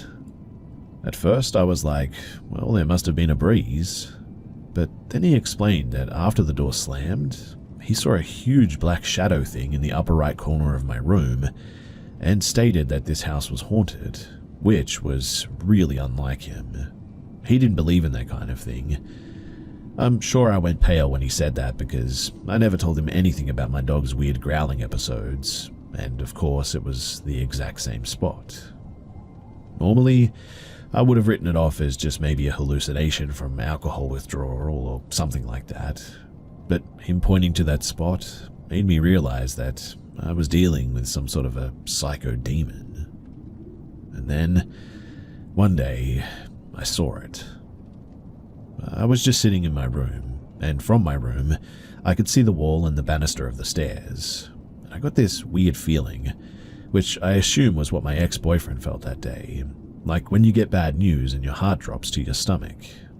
And then, I saw this huge black shadow cascade down the wall and the banister of the stairs.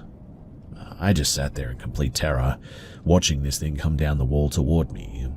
And look, I know I sound absolutely insane when I say this, but it's like I could just feel that it was on a mission and had intentions to get to me and, well, take over me, like possess me.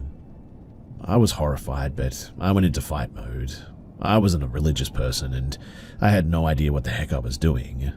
If I'm being honest, I just said things that I saw in movies.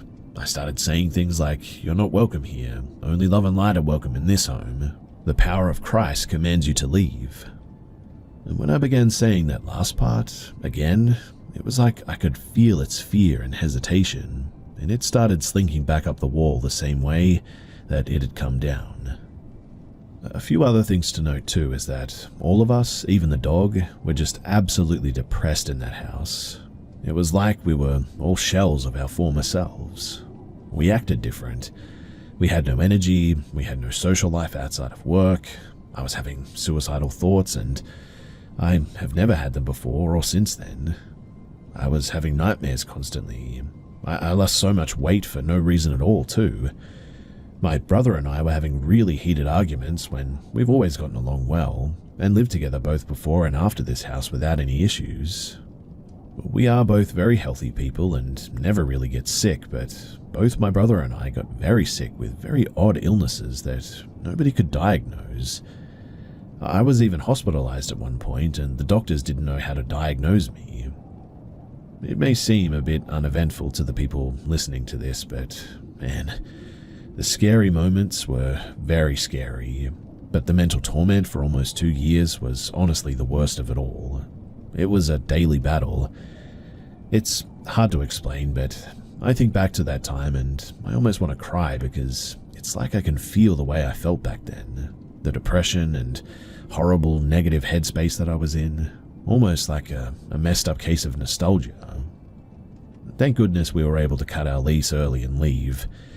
And once we moved into a new house, everything went back to normal and we were all our happy selves again. In those based on true events movies, where people move into a haunted house and it slowly drives them crazy, well yeah, I believe it now because I've lived it.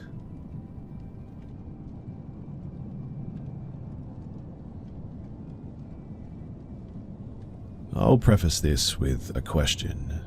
Do you ever get a sinking feeling of impending danger? Because I did, in the backwoods around Solomon Hill, Berkshire, UK. Just a feeling that the vibe of a place is completely rotten, when moments ago it was almost idyllic. So I got the weekend to myself, as my partner is away for a few days. Something that I like to do is go for night drives, and stop by somewhere in the sticks and go for a peaceful walk when not too many people are around. So I got in the car and put in the directions to a little car park in some woods about 10 miles away. As I drive down the motorway, the sun's very nearly set. It looked great, in fact, everything bathed in orange. I leave at the junction and the motorway becomes dual carriageway, which in turn becomes single B road.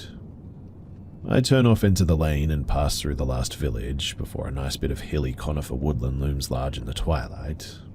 I was going here particularly because I heard that there was a nice viewpoint of Reading Town, but in the end, I don't make it that far. Now, I'm going up country tracks, single lane only, so I'll have to pull over to let someone past if they're going the other way. That doesn't happen. No one else is on the road, in fact. The hedgerows give way to the woodland. It's very pretty and I can still hear birdsong in the dying light. Eventually I reach the car park, although really it's just a patch of gravel for turning around, and a forestry commission gate blocks off the dirt track deeper into the woods. In the car park there's a motorhome, although it looks like no one's in it. There's also a dark blue Ford Fiesta EcoBoost with a fella in it on his phone. I park in the corner behind the motorhome and 2 spaces over from the Ford and get out. There's a meadow across the road from the car park, so I walk to that to see if there's a path that may lead to the viewpoint. I've not been here before. No viewpoint, but there is a single deer, which was nice. After that, I cross over again and decide to use the track behind the forestry gate. Even if I don't find the viewpoint, it will be a really nice walk, I think, and begin walking. The man in the little car isn't on his phone anymore, and he gets out. I take a few more steps, but I'm already feeling a little bit creeped out, like a creeping dread is starting to shift in. I look over at the man. There's now a second man, and the pair of them are dressed in dark, practical clothes with boots. They're very tall. They don't say anything to each other. Their faces are made of stone, in fact. I've sort of stopped now. I pretend to be on my phone. I try not to look directly, but out of my peripheral I catch them taking turns to sneak looks at me. So I look at them directly, and one is just watching me as they walk towards the same path that I was about to head down. I just sort of stand there as they walk by, and they keep looking at me in alternation, even turning their heads as they're in front of me, now to look at what I'm doing. They disappear behind some hedges, looking at me one more time before they go. That dread feeling, the rotten feeling, is very strong. I've had this danger feeling only twice before. One time the danger was perceived, the other time very immediate. At this point, I decide absolutely not, and I go straight back to my car and I get in. I can see the men again, and from the car I can see around the bushes, and they just sort of stood there, watching me. The entire time I got ready and drove out of the car park, turning onto the road, they just stood there, watching. Now, I hope that I was just being paranoid, but I think I know the difference deep down. Paranoia makes you jump at your own shadow and feel anxious. This feeling was cold and a solid feeling in my gut. You become hyper-aware of your surroundings, but also the object of your dread, and in this case, it was definitely these men. I just had a terrible feeling about them, unlike any other stranger that I'd come across. But what do you guys think? Was I overreacting, or does anyone else get the feeling that I'm talking about? Have you had it before, and if you have, where and when?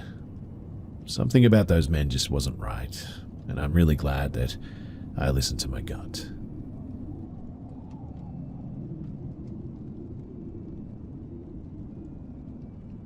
This happened last summer when I, female and 18, was 17, went out with a friend, female and 19, at the time she was 18, for a stroll in the woods.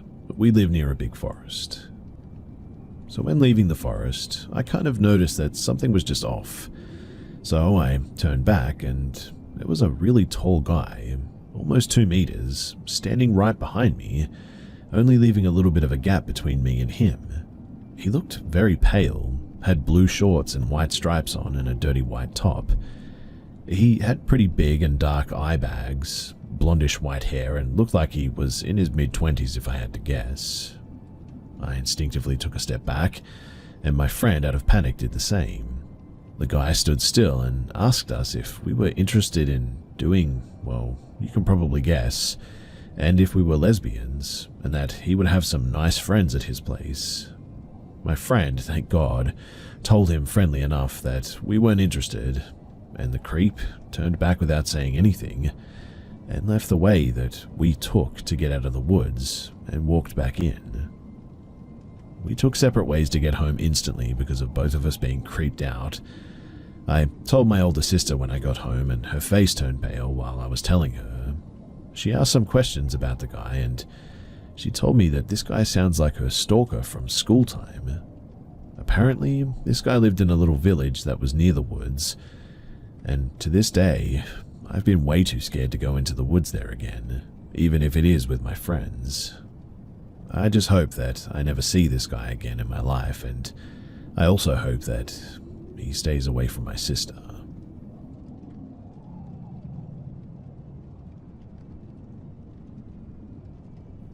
Many years back, I dated a man-child, relatively the same age as myself. We got along pretty well. He presented gentlemanly, hospitable, kind, and loving. In hindsight, things escalated quite quickly. We went from being friends to being exclusive within a month. Not enough time to truly know someone, I know that. This story is quite lengthy, and I'll do my best to shorten it without leaving out integral details. So please, do bear with me. We saw each other daily. We mostly hung out at his home. That was fine with me in the beginning, as I'm rather introverted anyway. A couple of months into our relationship, I started to question why we weren't leaving the house, why we weren't going out and experiencing new things and trying out new hobbies. His responses were always cloudy. He always tried to redirect the conversation, thinking that I was truly stupid and couldn't tell that this was an obvious avoidance tactic. That was the point where I started to become curious, though, and from there it all went downhill. Now, I'm not an intrusive person by any means, but considering that he was my partner, I had a right to inquire as to why we were isolating ourselves like this. After some mild questioning for a few weeks, I noticed that he began to create distance. This noticeable change was hard to ignore, in fact, and pretty much confirmed my suspicions. However, I'm not going to make a decision based on assumptions. I'm ashamed to admit this too, but one night while he was sleeping, I actually went through his phone. I still feel pretty disgusted, even though I found like 100% proof that I was the side chick. I couldn't believe it. I still can't. I was with this person daily, and it obviously confirmed why we were so confined to his home. But it was perplexing because she had no idea about me. It was about 2 a.m. when I looked through his phone. There was nowhere that I could sleep beside him for the remainder of the morning, so I quietly got out of bed, collected my things, and I went home. The next day, I believe that he realized what had happened. However, he never contacted me to see why I left. Things remained silent for the entire day, and then I received a phone call later that evening. I confronted him. Again, I'm ashamed to say that I did take photos of the evidence, as I knew that he would try to gaslight me. The fury in his voice, though, was palpable. He did what a usual abuser would do, and blamed me for going through his phone while totally ignoring his infidelity. It was utterly pathetic, really. He had created this delusion that I was going to contact the other girlfriend and tell her all of the wrongdoings, all of his infidelity, lying and cheating, etc. I would have done this. However, while I was looking through the phone, I realized that this girl was very sheltered. She was completely oblivious to what was going on, and I was afraid that he would retaliate against myself and her, and I thought to myself that eventually she would find out anyway. I do regret not informing her. However, my decision was my decision, and I can't change that. But this is where my nightmare begins. He was so paranoid and confident that I was going to contact his girlfriend that he would constantly call me daily and make vague threats against me. I persistently advised him that I would not contact her, that it was none of my business, that she would eventually find out that he was a deceitful, inept brainworm sooner or later anyway. All I wanted was for him to leave me alone and to never speak with me again. That was really my only request. He obviously didn't take my words well, and he continued to harass me. Only a few days later, things completely erupted. His paranoia exceeded levels that I'd never seen before. He sent me a threatening message with the context being, "I have compromising photos of you and I'll release them," as he believed that I would ruin his relationship. I couldn't believe the delusion. No matter what I said, no matter how I phrased it, I even had my mother speak with him at one point, but it was useless. I sent him a message stating that if this was true and if he messaged me again that I was going to call the cops. 5 minutes later, I received 11 messages in succession. A few were videos, photos, and personalized animations of myself. I had never seen these images or videos and animations before. These were taken without my consent. These were extremely intimate and compromising too. Unbeknownst to me, he had cameras set up all around his room. These weren't just threats. These were screenshots of these images, videos, and animations uploaded on various sharing sites. Luckily, he lacked intelligence. He sent me the evidence. There was nothing that I could do to stop the uploads, but I immediately went to the police. They did manage to take some down. However, there were no promises, as once a photo was uploaded, it could be immediately archived. This has forever altered my life too. I don't see relationships the same. I cannot be intimate. I can't form strong bonds. I've become apathetic. I'm forensically observant. I have difficulty trusting everyone, even my family, and so much more. In conclusion, the police were rather efficient and treated me very well, which I'm thankful for. I was granted an immediate protection order, family violence order as well. He broke that quite quickly and called my phone trying his best to apologize, begging me to drop the charges. He was so pathetic that he got his mother to ring me and tried to persuade me. I immediately called the police again and they took immediate action. This ended up going to court and I won. It's really not the result that I wanted. However, he did get his name on that good old sex offenders registry list, which is far more egregious than people may think. Nevertheless, this is beyond life-changing, and to all who may have gone through this, I'm really sorry for you and I feel your pain. Thanks for listening to my story. I know it's a bit long, but I hope that it was good and I hope you got something out of it. I guess the moral of this story is to be careful around people who you think you trust. I know that that's quite nihilistic and pessimistic, but these are some of the unfortunate aspects of life. It's quite paradoxical, I know. Humans are social creatures, but many humans, like this guy, are just absolute rats.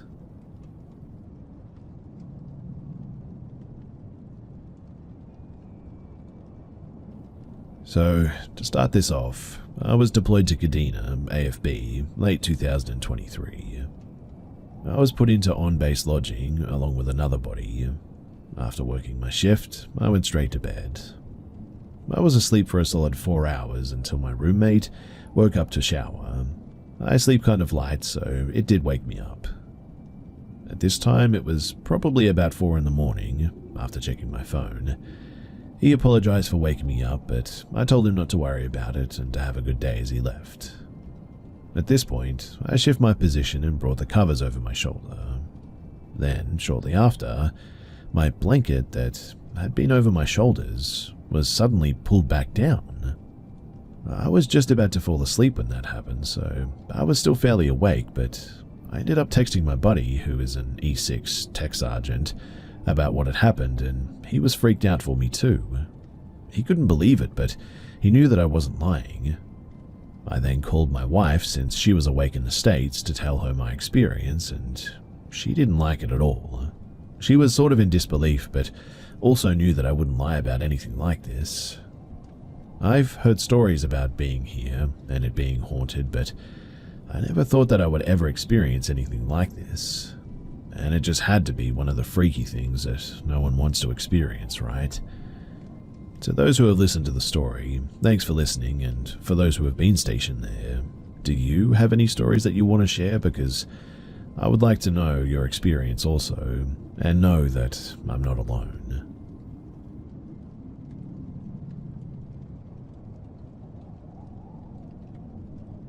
This was over 10 years ago, but I'll never forget it. So my friend, male and 18, and I, male and 17, would always hang out, either skateboarding, playing video games, and smoking weed. We were still young enough that we were hiding it from our parents, and would go out on walks or to nearby forests to smoke. One evening, it was about 6 p.m, and we decided that we would go to the nearby forest to have a smoke. This forest did have some walking paths, and a really cool man-made stair set that was embedded in the dirt of a really steep incline. There was even a long railing made accompanying the stairs. When we arrived at this stair set, it was about 7 p.m, and there was still lots of light left outside. We decided that we would sit at the top of the stairs for our smoking spot. We were chatting, smoking, having a good time, just sort of hanging out. After we had smoked a bit, we remained sitting at the stair set, and we both got pretty quiet. Not for any particular reason, but suddenly I felt or heard this indescribable boom. It caught me off guard. However, what really scared me was the fact that this feeling or noise seemed to come from every direction, including from underneath the ground. I remained silent for a moment afterwards, absorbing what I had just experienced. I looked over at my friend and asked him if he felt anything too, trying to confirm if I was just high and imagining things. But he confirmed that he experienced it too, and at that, I felt my stomach drop a bit. As we were discussing the sound, we didn't notice that within about 5 minutes that the whole forest had been shrouded in fog, and it was beginning to get dark. This was pretty strange, we both thought. Considering what we had just experienced, but kind of played it off as my friend went to smoke again. Just before he went to light his bowl, though, there was this shrill or scream that shot through the forest. It sounded relatively distant, but close enough to make us freeze. The scream was long, high-pitched as if a woman had screamed, and echoed everywhere. Again, we heard the scream, and louder and more distinct this time. Finally, there was a third scream that tapered off, and then it just went dead silent. We were surrounded by fog, and it was getting darker and darker all of a sudden. And so at this point, we decided that that was enough. We got up, packed up, and we left, both being very uncomfortable with the series of events that had just taken place. We got out of the forest, which takes about 20 minutes or less, and when we did, there was no fog to be seen anywhere. In the following days, we played off the whole experience and didn't really talk about it too much, chalking it up to a weird experience at most. We ended up losing touch with each other later on, and we ended up getting back together several years later for his wedding.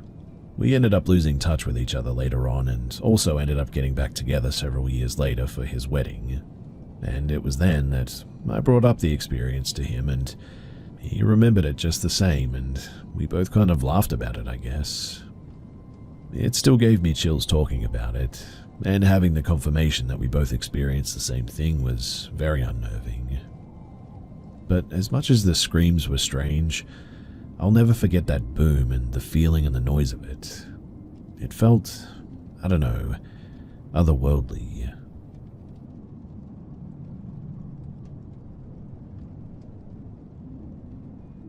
My entire life I've lived in haunted houses.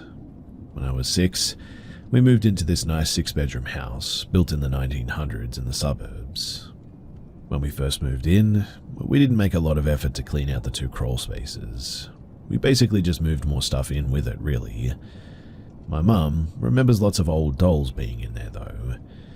I wonder if there's an attachment to something left behind, because I never found much information about anyone who lived there. Anyway, It was me, my aunt, my mum, my dad, my grandpa, and my cousins living there. Through the kitchen was my grandfather's room. Through his room was the stairs to the attic, which was enclosed in an L shape. The attic had been converted into 3 bedrooms by this stage. The room at the top of the stairs, that was my room with the tiny door to the first crawl space. To the left was my aunt's room, which had another crawl space. To the right was my parents' room. And sleeping in that middle room was honestly hell on earth. It was really scary, and most of my friends wouldn't stay over because of the things that happened in my room.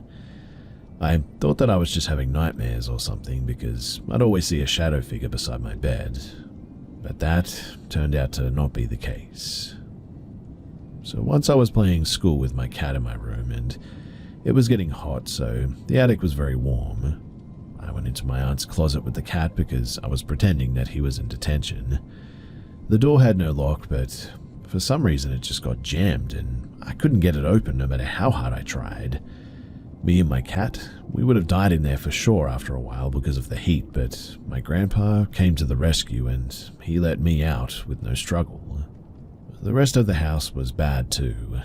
I've been in plenty of haunted houses, but this house gave you a sense of, I don't know, like dread. It felt very menacing and evil. A lot of bad things were happening in my family at that house too. I always felt like the house fed off the negativity as well. My cousins would party and have 20 people in their room every night. My parents and my aunt fought about it a lot, and once I had to hide in my parents' room while my half-brother's mum tried to distract me because the party guests were threatening each other with guns outside. The basement, it was creepy too. My dad finished one side of it and turned it into a sort of home bar.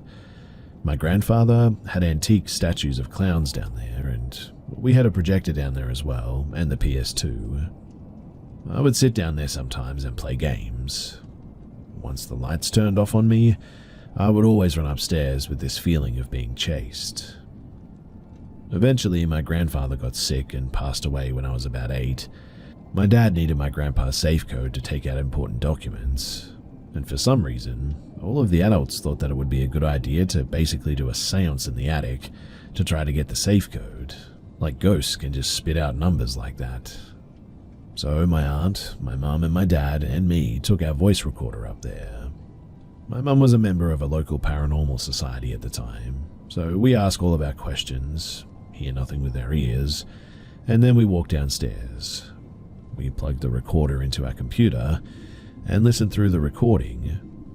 We didn't hear anything besides ourselves until the part where we were going down the stairs. Then, through our terrible computer speaker, we all hear what sounded to my mum like a laugh and to me like wum wum in this deep demonic voice, almost like a pig or something. My mum then said, no more recording upstairs, okay? The only not terrifying experience I had there was feeling someone petting me really gently while laying on my grandfather's recliner. A year or two later, though, we got a dog. I was still sleeping with my mum, but at this point my dad was always at the bar and slept in the living room. Me and my mum were in her bed and my dog was chewing on a bone at one stage, when the cast iron 400-pound bed frame started shaking violently. My dog's bone flew onto the ground after the shaking started. We called the dog up to the headboard and she came up and laid between us. The bed was shaking for at least a good minute. My mum said that the bone must have caused it, but even then it just made no sense. Later she admitted that she just didn't want me to be scared, and we checked online the day after and saw that there were no earthquakes in the area and nothing else shook anyways, so that didn't make any sense. Just the bed. One night the door was opened between my parents' room and my room, and my mum said that she saw a shadow figure go from the stairs to the crawlspace door. Years later, my parents split and me and my mum moved out and my aunt stayed. Her boyfriend, who was basically my uncle, passed away sadly. My aunt adopted his kids and they live there still, but my blood cousins and my dad have moved out. I eventually went back to visit them after he passed, and he had renovated a lot of the attic, and it felt very different. A lot less heavy, I guess. The entire time that I lived there, I'd race up and down those stairs to my room because I always felt chased. And my aunt asked me if I ever told them anything to scare them, and I said no and asked what she meant. I'm a good cousin after all. And then she said that both of the kids, they race up and down the stairs like I used to. A few months later, and my dad was thinking about this Komodo dragon print that he bought from some local photographer or whatever. He remembered that he left it in the crawl space, and he texted my aunt asking if she could find it. And when my aunt got to the top of the stairs, it was neatly placed next to the crawl space door. Mind you, no one had read her text or know where to find it. Heck, she didn't even know where it was exactly. I think about that house still, and I have nightmares about it, and the entity that I am absolutely certain lived in it. I don't think anything as scary as what we went through has happened since at that house. And while I'm not a Christian by any means, if demons are real, then I am certain that that's what this is. It was in that house, for sure.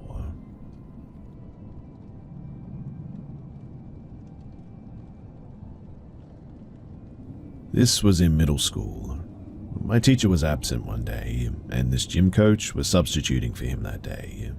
I've seen him around the school before, and he has substituted for us a few times. I was sitting at my desk talking to my friend behind me and pretending to do my work, and for some reason, he decided to walk around the room to check if we were doing the assignment. So I turned to my desk and started writing. He goes one by one to everyone's desk, but slows down once he reaches mine. He hovers over me, just staring down at my work. I got a bit nervous because I didn't want him calling me out or anything, but for some reason, I felt his breath on me heavily, which was really grossing me out. He was a frail, old-looking guy, so honestly, I didn't think too much of it. He walked really slow and seemed harmless, but was sort of very passive-aggressive when he spoke to us. I'd always get this weird, sort of creepy vibe from him, but always thought that it was just me. Anyway, a few months go by, and the rumor of him being fired circled around the school. I was curious, so I'd ask around to know what the tea was. And apparently the same teacher that would sub for my class was actually fired. He was caught trying to touch the girls during practice and throughout gym periods. He even touched a girl, which was soon reported by the student. And he even got caught hiding in the crack of the door trying to watch the girls change in the locker room. He would just sit there and try to watch them, apparently. He finally got caught while doing so, and he was soon fired and kicked out of the school. The news, it made it everywhere. Even on the news, it honestly spread like wildfire. Thinking back on it now, it gives me chills to think that he would watch girls change like that. And thank goodness that he got caught.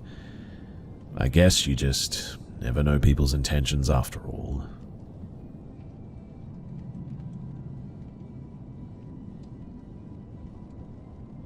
Unlike a lot of stories on here, I don't have any evidence, and most of the situations happen months, even years, apart. So, truthfully, I have no idea if they are really connected or not. I would love to know what you guys think might be going on though, because I'm starting to feel slightly, well, crazy, I guess. My first weird encounter happened when I was in elementary school. I can't remember what grade specifically, but I was definitely young. My older brother, Jay, and I invited our neighbors Mike and Pay over for a Friday sleepover. My parents ended up hitting the hay early that night, around 9 p.m., so the four of us decided to take advantage of the mainly unoccupied house and play an old game of hide-and-seek in the dark. For reference, I used to live in a one-story house that was built in the 70s, so the windows were really low and easy to look through if you tried to. My window in my bedroom, it was positioned on the side of the house, diagonal from a pesky streetlight that always seemed to perfectly shine into my window every single night. I didn't own curtains, but I did have blinds on my window, and I always kept them shut to try and help block out some of the light. Anyway, it was Mike's turn to count. My brother Jay, Pay, and we all decided to hide. I ended up shoving myself into my crowded and messy closet, which had one of those big folding doors. Because of the fact that my closet had 1,000,001 things in it, I didn't fit very well too. The door wasn't able to fully shut. At the time, I really didn't mind though, because it gave me a little bit of a slit between the door that I could peek through. 1 minute turned into 5 when everyone eventually got found, aside from me. Mike was starting to grow impatient, so he asked Jay and Pei to help him find me. That's when Pei, like the genius she is, ended up flinging my closet door open with an accomplished grin on her face. I don't remember much, other than me complaining that she was cheating, before my eyes drifted past her head and toward my bedroom window behind her. I remember my blood ran cold, because the silhouette of a man with a hand literally cupped to the window, as if he was trying to peek in, was enough to scare the ever-loving out of me. I screamed a blood-curdling scream, which only caused Pei to turn on her heels to try and see what had me so frightened. It took all but 3 mere seconds before her screams joined mine, and we both gripped onto each other and full-on sprinted into the living room. I nearly stumbled into my older brother's hands while my parents raced out of the bedroom. I ended up explaining to them through choked tears that there was a man outside of my window. My older brother and stepdad grabbed a flashlight and a knife and checked every perimeter outside.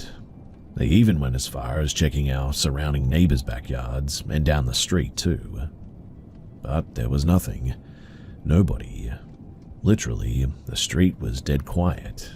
And, just as a side note, I remember very clearly that it was pouring down rain that night, so it would be incredibly hard for anyone to escape quickly without leaving sunken footsteps in the mud, and without the sound of heavy shoes slapping against wet earth. But fast forward many, many years, and at this point, I'm 19 years old and I end up moving in with my girlfriend and her family. Just to add in too, I know it doesn't typically mean much, but the feeling of being watched, always having unknown company hovering behind me, has been a feeling that I've felt for over a decade now. Sometimes I feel like it's just in my head and, I don't know, I'm just sort of psyching myself out. But other times, the feeling just feels so real. Like, I just cannot shake it. Like my body is trying to alert me that I'm not alone. And the more I ignore my body and its warnings, the louder it screams. Anyway, I'm 19 now, like I said, living with my girlfriend and her family. One night I decided that I absolutely needed a midnight snack. My girlfriend had already been knocked out of sleep along with her younger brother and her parents, so I went downstairs, clutching onto the collar of her American bulldog, because, just like so many times before, I felt the unease of not being alone. For reference, to get to the kitchen, you have to come eye to eye with their sliding glass door that leads to their backyard. And let me be clear too that I am 100% certain that that night the door was shut and locked. 10,000% certain of it, in fact. I ended up making myself a PB&J when a shiver literally racks through me. I ignore it, of course, and finish making my sandwich and clean up the mess that I made before turning around to head back upstairs. I end up turning just to stare at a half-open sliding glass door. Obviously, I immediately jumped into, oh my goodness, there's a human in the house right now. So I ran over to the door and shut it, and locked it before checking out the entire downstairs. But in the end, there wasn't a single soul other than me and the dog. I literally cannot explain how that happened. Even to this day, it fills me with a sense of just unease. When I woke up the next morning too, I asked my girlfriend's parents if they could have forgotten to lock the door. They stared at me with confused looks before reassuring me that they always double-check that all the doors are locked every single night. Now, this next situation happened maybe a few months later.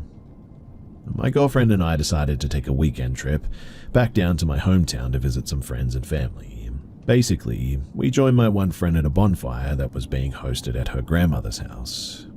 To quickly explain it too, her grandmother lived on a pretty big plot of land in the middle of nowhere, where the only thing that's surrounding her are back roads, a cornfield, and a thick bundle of trees lining her backyard. Now, my girlfriend wanted to be silly and decided to leave the bonfire and sprinted a little over 150 feet to lay on her back a few feet from the lining of the trees. My friend and I ended up just sort of staring at her, waiting for her to pull one of her stupid jokes, when we hear an utterly bone-chilling scream erupting from the forest. I have never seen my girlfriend get up and run so quickly. When she got back to us, she was shaking like a leaf with eyes wider than the moon itself. I've been with my girlfriend for 4 years and I've never known her to be a liar, and she swore on specific things that she loved that there was something that screamed at me just a few feet away in the trees. She said, though, that she didn't see anyone or hear anything else. It was just dead silent when all of a sudden the scream ripped through the air, and it sounded so terrifying that it even unnerved my friend's parents and grandma. This third situation happened not long ago. My girlfriend ended up having to work a 24-hour at the fire station, so it was just me, the little brother, and the parents at home. Just like the last time, my grumbling stomach kept me from being able to fall asleep that night. So with a sigh of defeat, I got up and went downstairs to grab some food. When I came back up, I was fiddling with trying to lock the puppy gate at the top of the stairs when I heard, in a deep gravelly whisper, someone whispering my name, sort of all drawn out. I nearly jumped out of my skin when I heard it, and quickly set my plate of food on the ground so that I could pull my phone's flashlight up and shine it toward the other end of the hallway. And again, surprise, surprise, there was nothing and nobody. I was completely alone in a dead silent hallway, so there was zero chance of me mistaking the noise to be a TV or something, as there were no TVs or no noise whatsoever there. I did end up peeking my head into her parents' room and her little brother's room. They were all sound asleep, drool and all. I ended up texting my girlfriend about it that night because I just was completely freaked out. When I woke up the next morning, I read that she texted me freaking out at 6 a.m. because she was changing in the girls' bathroom at the fire station when she heard a whisper, and she explained that it sounded exactly like how mine did, and said hi to her all drawn out like. Honestly too, I cannot even explain what that means or what it could be, but it's safe to say that I'm never going to get midnight snacks alone ever again. Now, this final thing happened just a week ago. I didn't experience it myself, but my girlfriend did. So we were downstairs in the middle of the day talking to her mum. The hallway has the bathroom and the front door is connected to the kitchen, so if you stand in the middle of the kitchen, you can see perfectly down in. My girlfriend randomly lurched forward into the hallway and smacked the wall right next to the bathroom door. I turned around and gave her a sort of confused look because, well, there was nobody there. I watched as she peeked her head into the bathroom, looking like she was expecting someone to be there, when she quickly ducked back out and hurried back toward me. She explained that she turned around and saw the quick motion of a white sleeve or arm moving into the bathroom, as if her little brother quickly ducked into the bathroom to try and hide and scare her, and she ended up catching his sleeve in the action. Yet, her little brother was at school that day, and her father was in the living room with us. In other words, there was absolutely nobody else in the house other than us four, and everybody was accounted for. Like I said, I have no idea if these are all linked in some way, if there's something that's been following me since I was a child. I'm really not sure. I've never seen any figures myself, just have heard very unexplainable things that are definitely real. But I don't know. What do you guys think?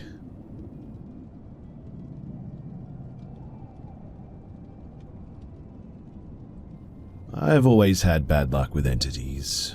I don't want them around by any means, but I've had more encounters than most. And a lot of them, they are just downright terrifying. Though this particular one was traumatizing to say the least. I'll try to keep this as short as I can, as I'd rather not give all the details. So, I was about 15 when I went with my two friends to an abandoned mental asylum. The oldest of us drove us there, and we got the pin from a friend of a friend. I tried to look up where it was located, hoping to find some history, and this place apparently didn't exist according to Google. So, I was a bit nervous and had a bit of a bad feeling about this one. We drive down this overgrown dirt road at one point and see a very large building. We enter and there's a lot of medical equipment and beds were still there. We headed upstairs. This place was pure stone, by the way. Nothing was broken or anything, and it was like everything just sort of disappeared. We entered a room which we quickly figured out was an old morgue. We were talking, taking photos, etc. And I remember feeling like something was watching me as soon as I entered that room, though my friends were laughing and telling me to loosen up a bit. When all of a sudden, I hear heavy footsteps behind me running across the room. Honestly, at first I thought I was crazy, but then I noticed that the others had heard it too. We were absolutely terrified at this point, freaking out and looking every which way. I got out my hot pink taser, in which I still have, and started yelling, trying to look intimidating.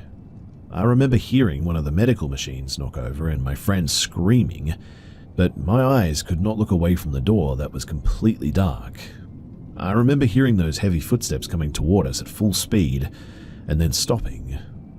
All I hear after that is, "Hey kiddo, how was your day at school?" I remember my heart stopping. I didn't see anything, and I didn't stick around to find out either. We ran all the way out without any question. We got in the car safely, thank God, but when we were well away from the place, my friend turned to me and said, "What was that?" I really don't remember what I said. In fact, I don't think I said anything in the end. I never told them the truth that that was actually my dad's voice. You see, my dad died a year ago at that point, and I just didn't know what to think about it. In fact, I never told anyone what really happened that day.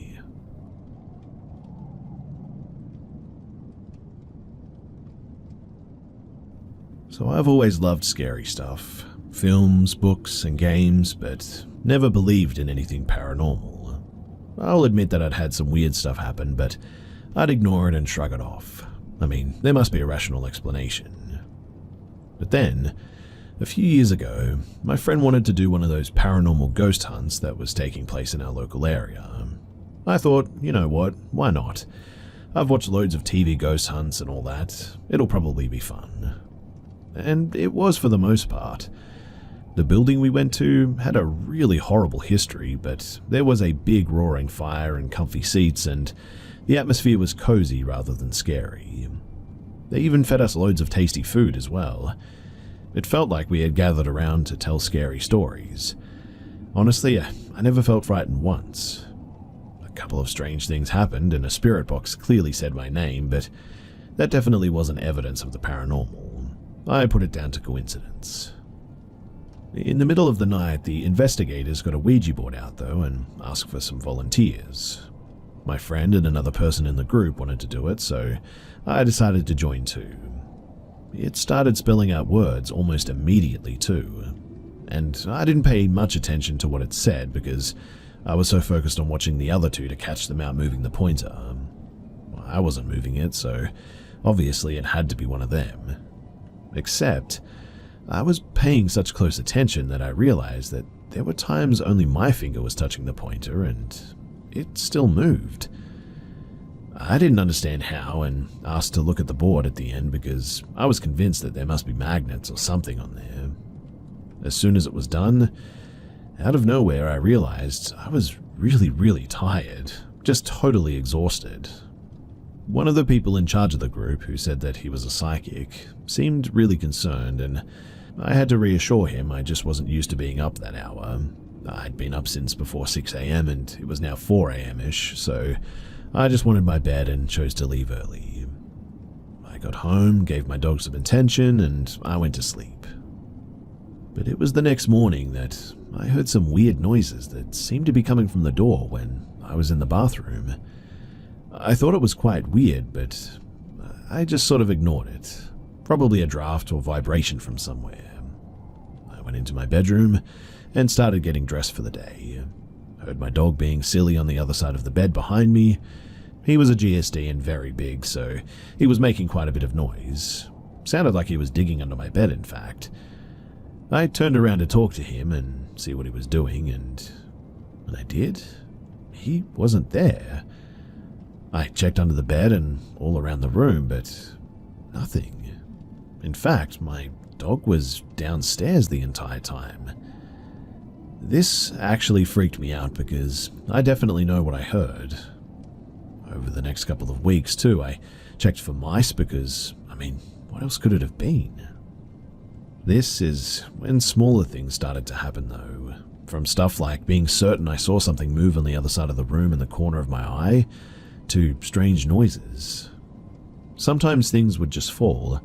A book falling off the table or a stack of plates clattering on the drying rack. I ignored a lot of this. Like, oh, I just heard a plate hit against another plate in the kitchen. Must be a draft in there or something. Other stuff, though, I really couldn't explain. Like, once, I was home alone and I just cleaned around the house and had been chilling on the sofa watching some TV, when I decided to get a drink or whatever. I walked into the kitchen and saw some fruit roll through the length of the counter. The fruit bowl is really tall and, there's no way any fruit would just jump out like that. It was only about a third of the way full as well. Nobody else was in the kitchen and really, I just could not explain that one. And then some things that happened were, just downright frightening. You see, I'd been home alone and I'd hear someone walking around upstairs. It was a different sound to the usual creaks, I know that much. More than once, I woke up to my dog standing in the doorway of my bedroom growling. He was never much of a growler, and that really terrified me. I would always go and check, expecting an intruder, but there was never anyone there. The worst thing by far, though, that happened was the last. It was a weekend morning, really bright and sunny. I woke up super early that morning, let my dog outside, and we went back up to bed. I had a coffee and a book, and I was just planning on chilling out for a bit. After a bit, my boy jumped off the bed and looked out of the bedroom doorway, then just sort of laid down, so I went back to my coffee and book. When out of nowhere, there was the loudest crash that came from the loft.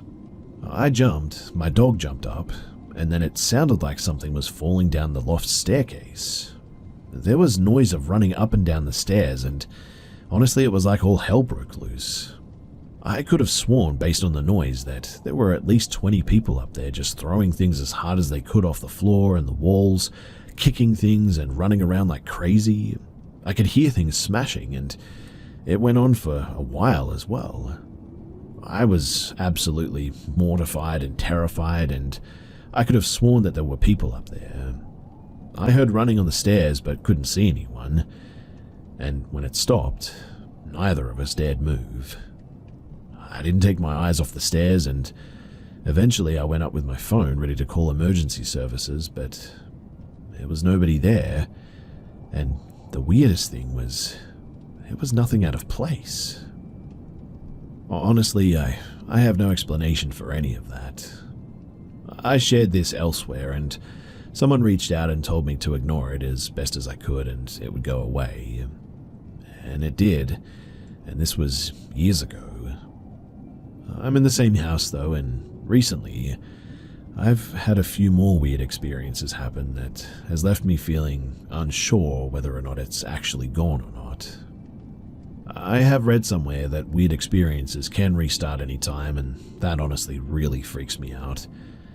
But, has anyone else had a long break and things start up again?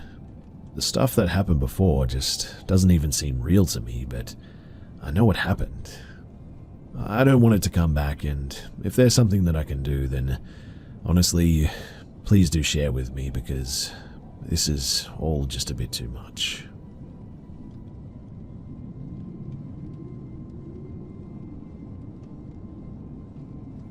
So, I had this experience last week.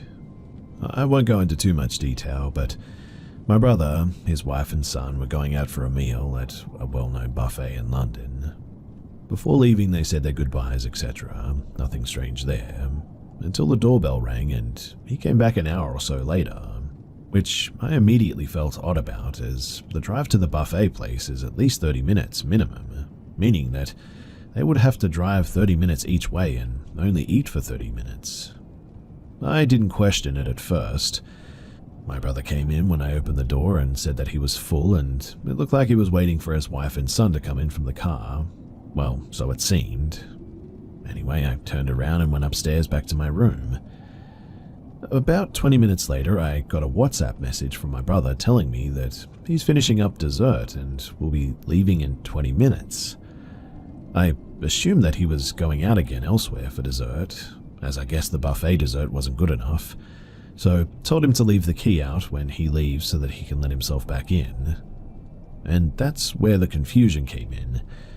He said, "What do you mean? I'm at the buffet and you already locked the door when I left, didn't you?" Honestly, I thought that he was joking at first, and came downstairs to double check, and I noticed the front door was left open. I rushed to the door and locked it immediately, and checked the Ring doorbell app to make sense of everything. But there were no doorbell press alerts and no motion alerts recorded either. Both me and my wife heard the doorbell though, and I definitely let someone or something in. Checking my brother's room after I got his permission, there was no one there or in any other rooms in the household. A week has gone by since then and no other strange occurrences so far, but honestly, let's hope it stays that way.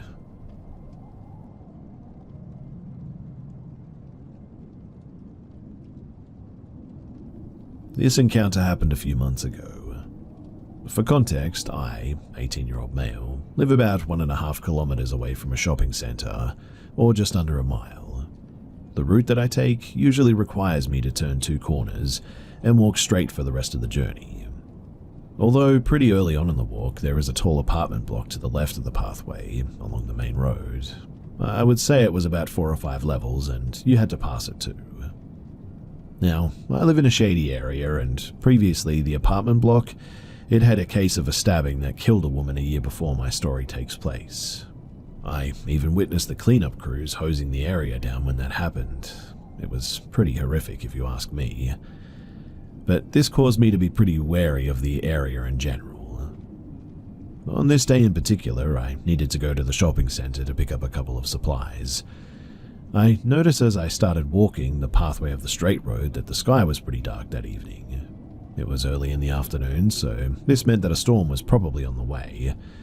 Not a drop of rain fell as I made my way to the shop though. Once I had arrived, I picked up what I needed and went window shopping for a while. When I was satisfied, I exited through the door that I had originally entered and began walking back home. I made it to the final set of traffic lights that was probably about a 7-minute walk away from my house. The rain started to trickle at first, and then after that it poured pretty heavily.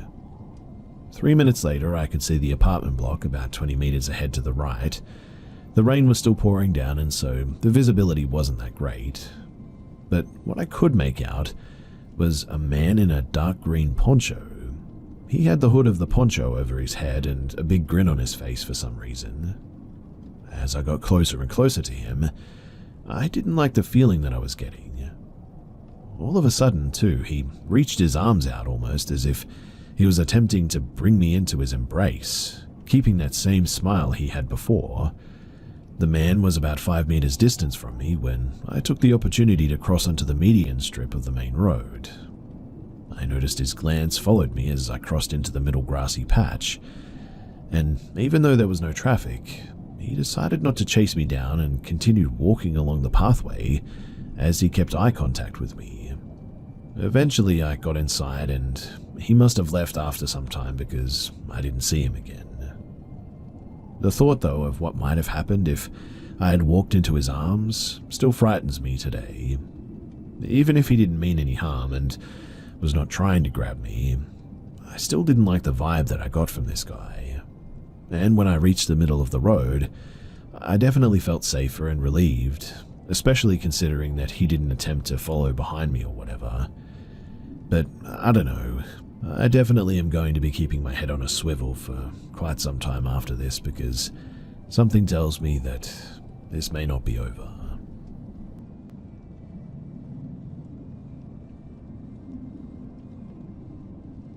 During a university trip to a ski resort, me and some friends went to watch the stars one night. We were all part of the astronomy club, and we wanted to note down some key information that we wouldn't have seen with the bright city lights. It was our first year at the university, and we went to the forest, which was still pretty close to the skiing place. We took some pictures and noted some things down until our legs got cold, so we decided to go back. Two of my friends, Steve and Bob, they fell down, grabbing us thanks to instinct, which led us all to fall down as well. Note, we crossed the barrier at this point, and that's why we kept falling. We were rolling, but since our hands and arms were cold and we ourselves are pretty tired, we really couldn't move despite our best attempts. After a while, we dropped to this unused ski trail that was double black diamond. We later learned that the trail was actually abandoned, but didn't know it at the time. And as we stood up, we all distinctly remember being watched. Time also seemed to go really fast somehow, but that's probably because we were tired and the place was pretty calm. But we walked around the trail, and then we heard the scream of a man. At first we thought that somebody had tripped like we did, so we ran to help them, yelling for them. There was no response, but no response ever came from the man, other than screaming, moaning, groaning, and crying. We yelled again, but the man never responded. As we closed the distance, some of us became a bit nervous and tried to back off a bit, because we were thinking that the man might hurt us. But as we walked just a few steps closer, we saw the shadow of a 30-ish-year-old man weeping. We were probably maybe 20 meters away now, but that man was honestly one of the most terrifying things that I'd ever seen. Doing nothing but crying out there in the snow with nothing but a jacket on and a pair of sweatpants.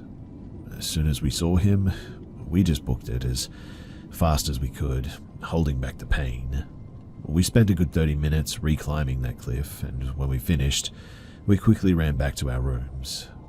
We reported the incident to the police, but I never heard back the response about anything. But it was legitimately one of the most terrifying things that has ever happened to me, or my group of friends. I still have no idea what that guy was doing out there, so underdressed like that as well. But all I do remember is that the whole thing felt like it was maybe 5 minutes. And while my memory is not the best, I do remember that what felt like 5 minutes wandering around ended up being almost 15 minutes outside. Like, we found it hard to account for the time that had passed. It was strange, and I still really don't have an explanation for any of it. What I will never forget is hearing the screams and the moans coming from that guy out in the dark of the night, where really nobody should be.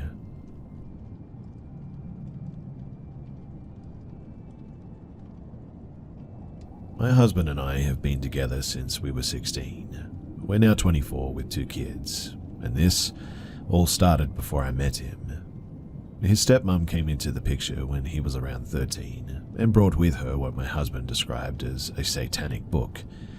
It gave everyone the creeps, and my significant other's dad decided to burn it, which resulted in ear-piercing screams when it hit the fire, apparently.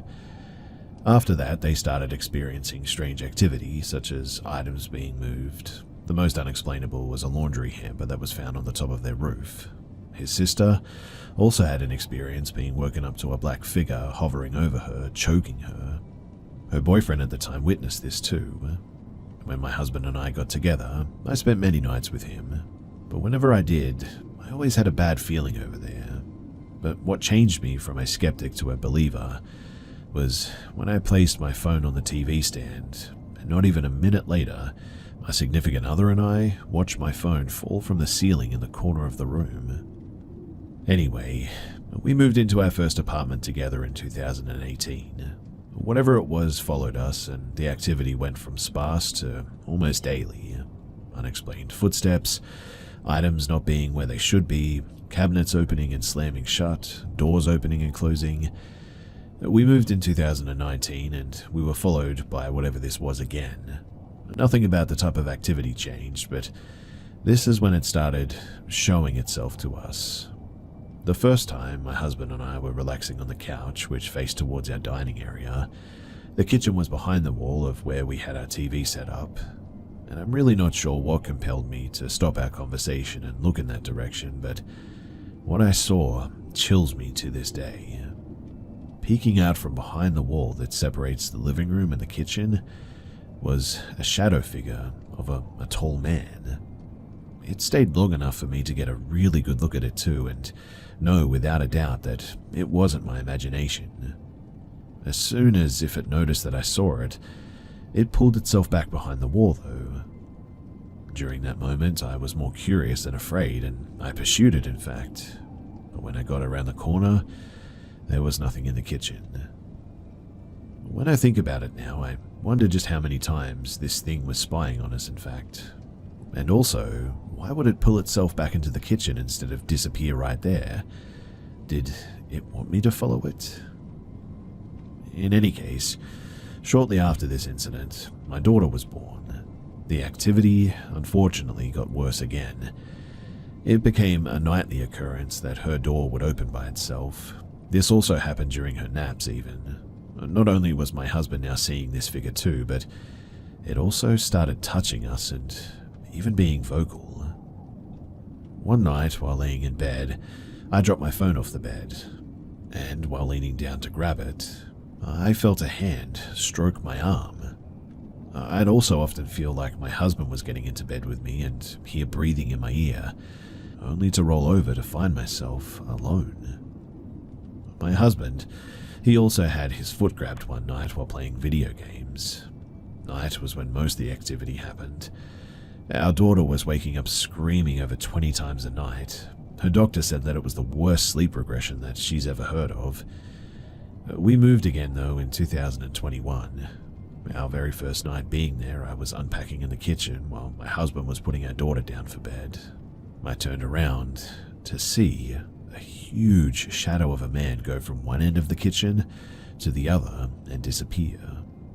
Another night, we were woken up to banging on our walls, which faded out into tapping.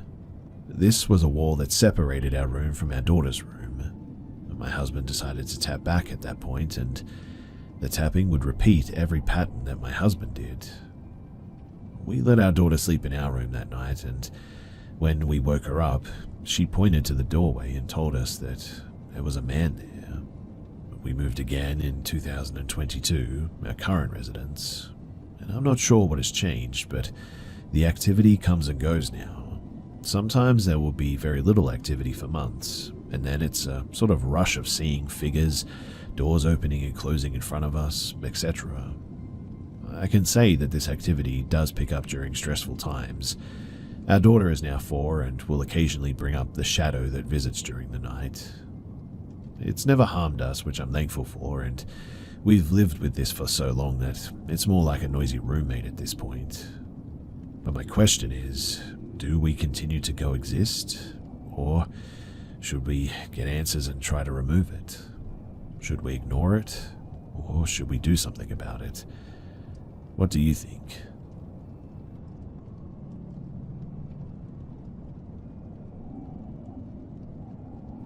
I'll preface this story by saying that I work graveyard shift at a hospital laboratory, so I'm no stranger to weird, unexplained things happening. However, this experience, well, it happened in my own bedroom a few nights ago. So, generally sticking to my same night shift schedule, I typically find myself going to bed rather late, even on my days off. Monday night, I went to bed at around 3-ish. My girlfriend and cat had already been sleeping in bed. Sometime after I had fallen asleep, I remember my cat jumping up very fast like he had been startled. He did this 1 or 2 times, and I just rolled over and went back to sleep because cats are weird, right? Well, after he had done it a 3rd time, I sat up in bed myself half asleep to check on him and comfort him, and he just wouldn't come to me, which was odd for him. I can remember seeing his distinct shadow on the edge of the bed looking at me, but I had to reach to pet him and he wouldn't move. After this, I laid back down on my side, facing away from the corner of the bed that he was sitting on, and I started to go back to sleep when I heard the deepest guttural mumbling, or growling is the best way that I can explain it, that I had ever heard. I can't remember if it was words or maybe just mumbling, but it sounded like those voice changes that people use on documentaries when they're interviewing anonymous people, and it was super deep. Now, I am not easily freaked out over paranormal stuff. In fact, I kind of enjoy it. But this was something else, and it sent the most insane chills down my spine that I essentially just laid there frozen. I didn't even turn around to look. I just went to bed and acted like I didn't hear it. Now, I don't know if this was some auditory hallucination since I was sort of half asleep or what, but it was an interesting experience to say the least. My girlfriend doesn't remember anything from that night. She slept through it all. But it was so clear sounding and very forward sounding, like it was coming right from the opposite corner of the bed over my shoulder. Like if I had looked, someone would have been standing at the edge of the bed. Also, the fact that my cat reacted the way that he did, I don't know. I don't think it was in my head. I think that there was something in my room.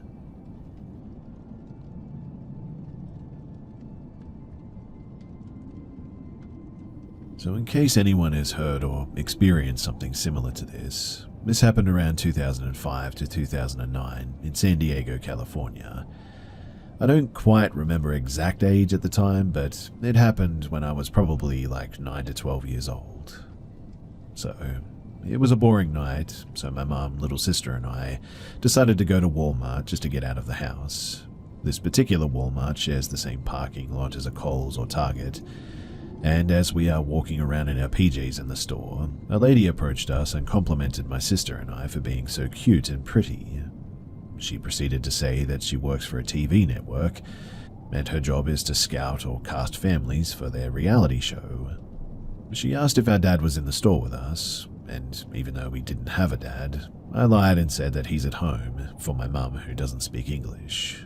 I didn't want to say that he was in the store in case she would ask to speak to him or whatever, but the lady, who looked quite normal, friendly, and kind of bubbly, continued to compliment my family for being beautiful. As she was talking, I translated it, and we all felt flattered but skeptical by her compliments. Then she said that she would love to cast us if we would follow her to her house so that she could properly film everything to submit to the company. This was the moment that I started averting my eyes to check the shelves for hidden cameras. During this time, family reality and prank shows were pretty popular, so it made the whole situation feel a bit more plausible that we were either really being scouted or this was a hidden camera prank. I was leaning towards it being a prank because we were, 1, boring people, and 2, weren't particularly so pretty and beautiful as she claimed. Even though I was young and so didn't feel an immediate danger talking to her in the middle of Walmart, with my mum present, mind you, I knew that it was ridiculous to follow a stranger to their house, especially at night. I then politely declined her offer, which she asked a few more times before telling us that if we changed our mind, we could find her in the store. When she left, we checked up and down the aisles for camera crews or hidden cameras because her whole reality show pitch to a first-gen Asian immigrant family just really seemed unbelievable, and we honestly thought that it could only be a prank. I also noted to my mum how it was odd that we didn't even notice her following us earlier when we walked every aisle, and she just came out of nowhere, it seemed. As a kid who watched a lot of true crime and forensic shows, Forensic Files and CSI, I told my mum, what if she was trying to lure us into a trap or something? Like when we follow her home, there could be more men there, and what if they kill or traffic us or something? I mean, we were probably easy targets since we were only 3 women, 2 being kids and immigrants. My mum also thought that it was weird, but instead of going straight to our car, we waited for some time to pass in case the lady or her people would follow us to our car and our home. To this day, sometimes this encounter would creep its way out of my memory bank, and it always makes me wonder, What if we did follow her? What if we actually went with her that day? What did she actually have planned for us? Was she one of those bad women that you hear about working with others in order to lure other women and children away? Has she done this before, and was she successful with other people? Or was it just honestly a complete innocent invitation? I really do hope that nobody was harmed from her scheme, but something tells me that she was up to no good.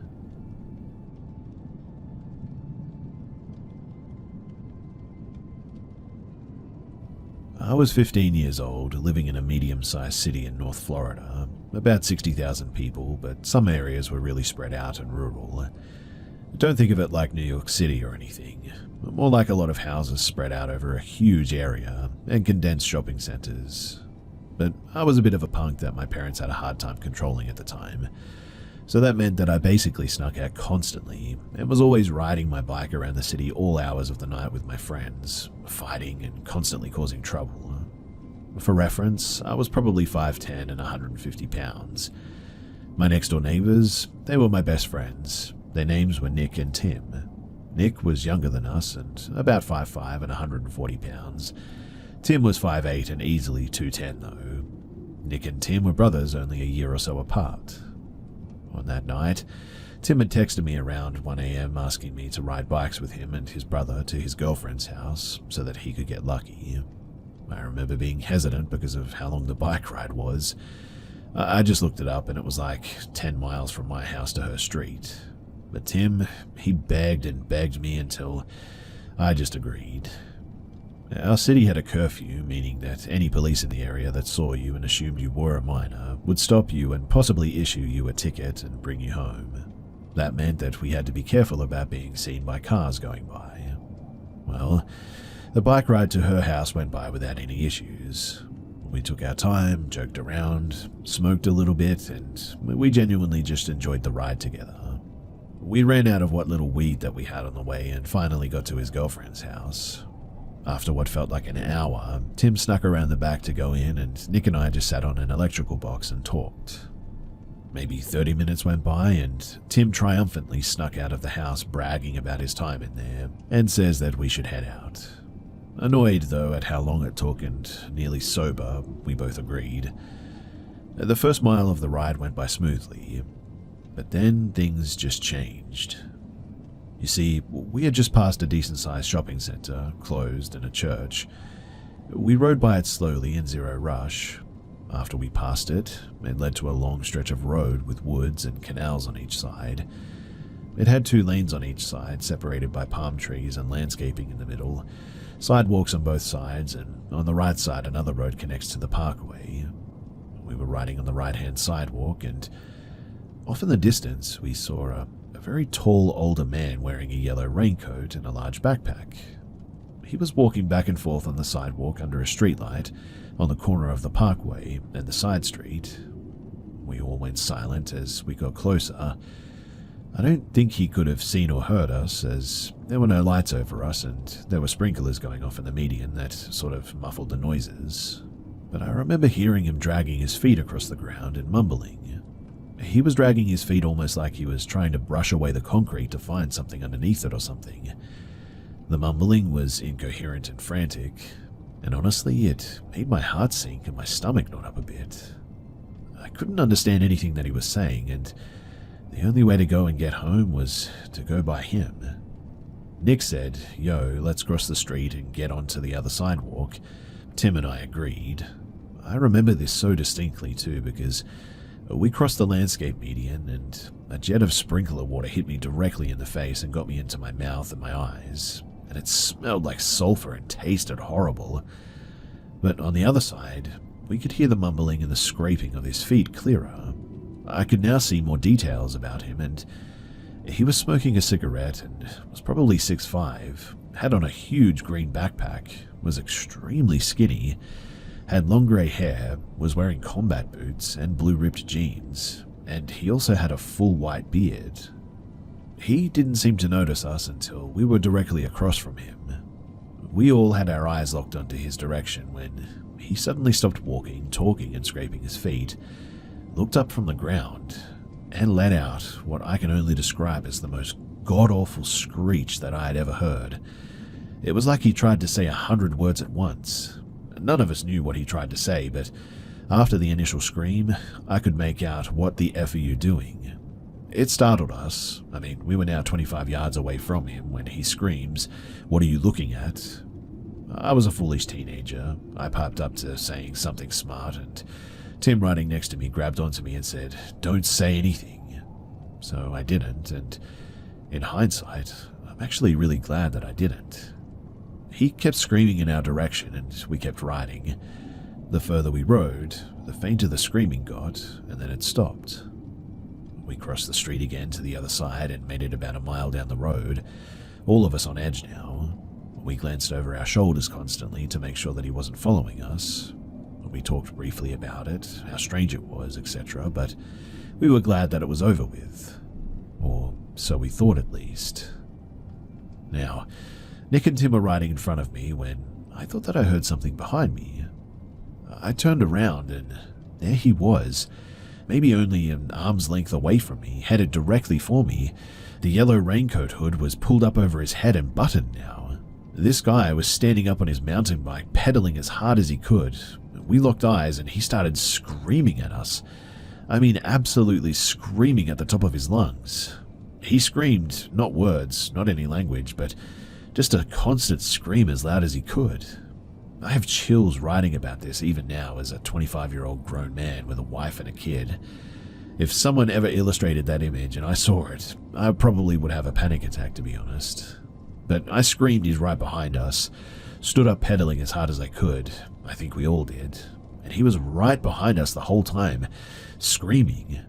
Every so often, too, he was practically on top of us, screaming and trying to knock us off our bikes. I don't know how long we rode with him behind us like that, but it felt like forever. I think age played a factor, though, because he must have got tired and let us get ahead a bit. Exhausted, we pulled into a neighborhood and started cutting through yards trying to lose him.